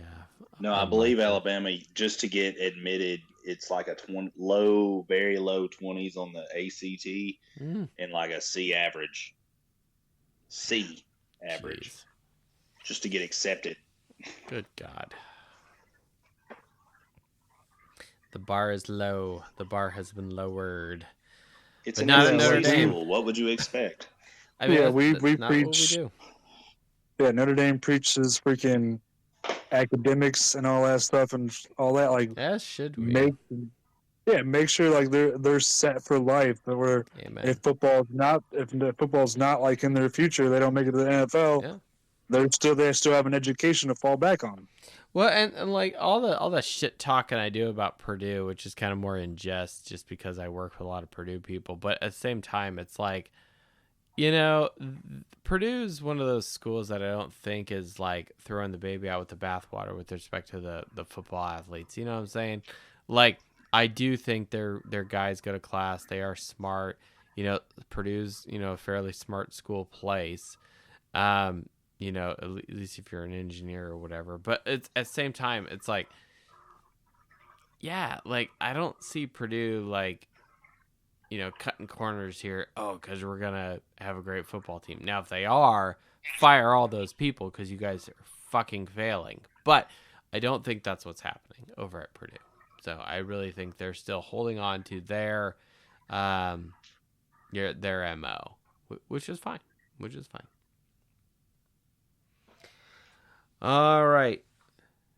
Red Snapper, anything else? Coach Barsigian, anything else? That was an amazing 2024 season. It was amazing. I'm really happy. 5-0 pod. We're going to let you roll out the show before we close out with the final theme song. We're going to bring back an oldie here, assuming this is the correct file. What do you want me to roll it out with? Oh, come on. Your little salutation, your little... I know. Thank you for having me on. This was awesome. And I am going to bed. It is almost midnight my time now. So yes, it is. 5-0, 100-0. Out. Let's do the damn thing. Let's do it. Everyone have a great off season. Thank you for joining us this year. And we'll see you in the spring. Closer to the spring game. Thank you so much. Good night. Three wide receivers right. They're going to go for two. Back to throw. Walsh looks. Has the time. Lost the ball. The pass is batted down. It's batted down by Carroll. Dawson throws. Open receiver in the end zone. Touchdown. Notre Dame. Somehow the Irish did it. Out of the pack. 30, 35. Goodbye, baby. At the 50, the 40, the 30, the 20, the 10. 5-5 rocket touchdown. Irish. Zibikowski looking for a block. Cuts to the right to the 40. Gets a block. Gets to the 45, 50. Up to the 45, 40, 30. One man to beat. 20, 15, 10. He's done to the 5. Touchdown Irish.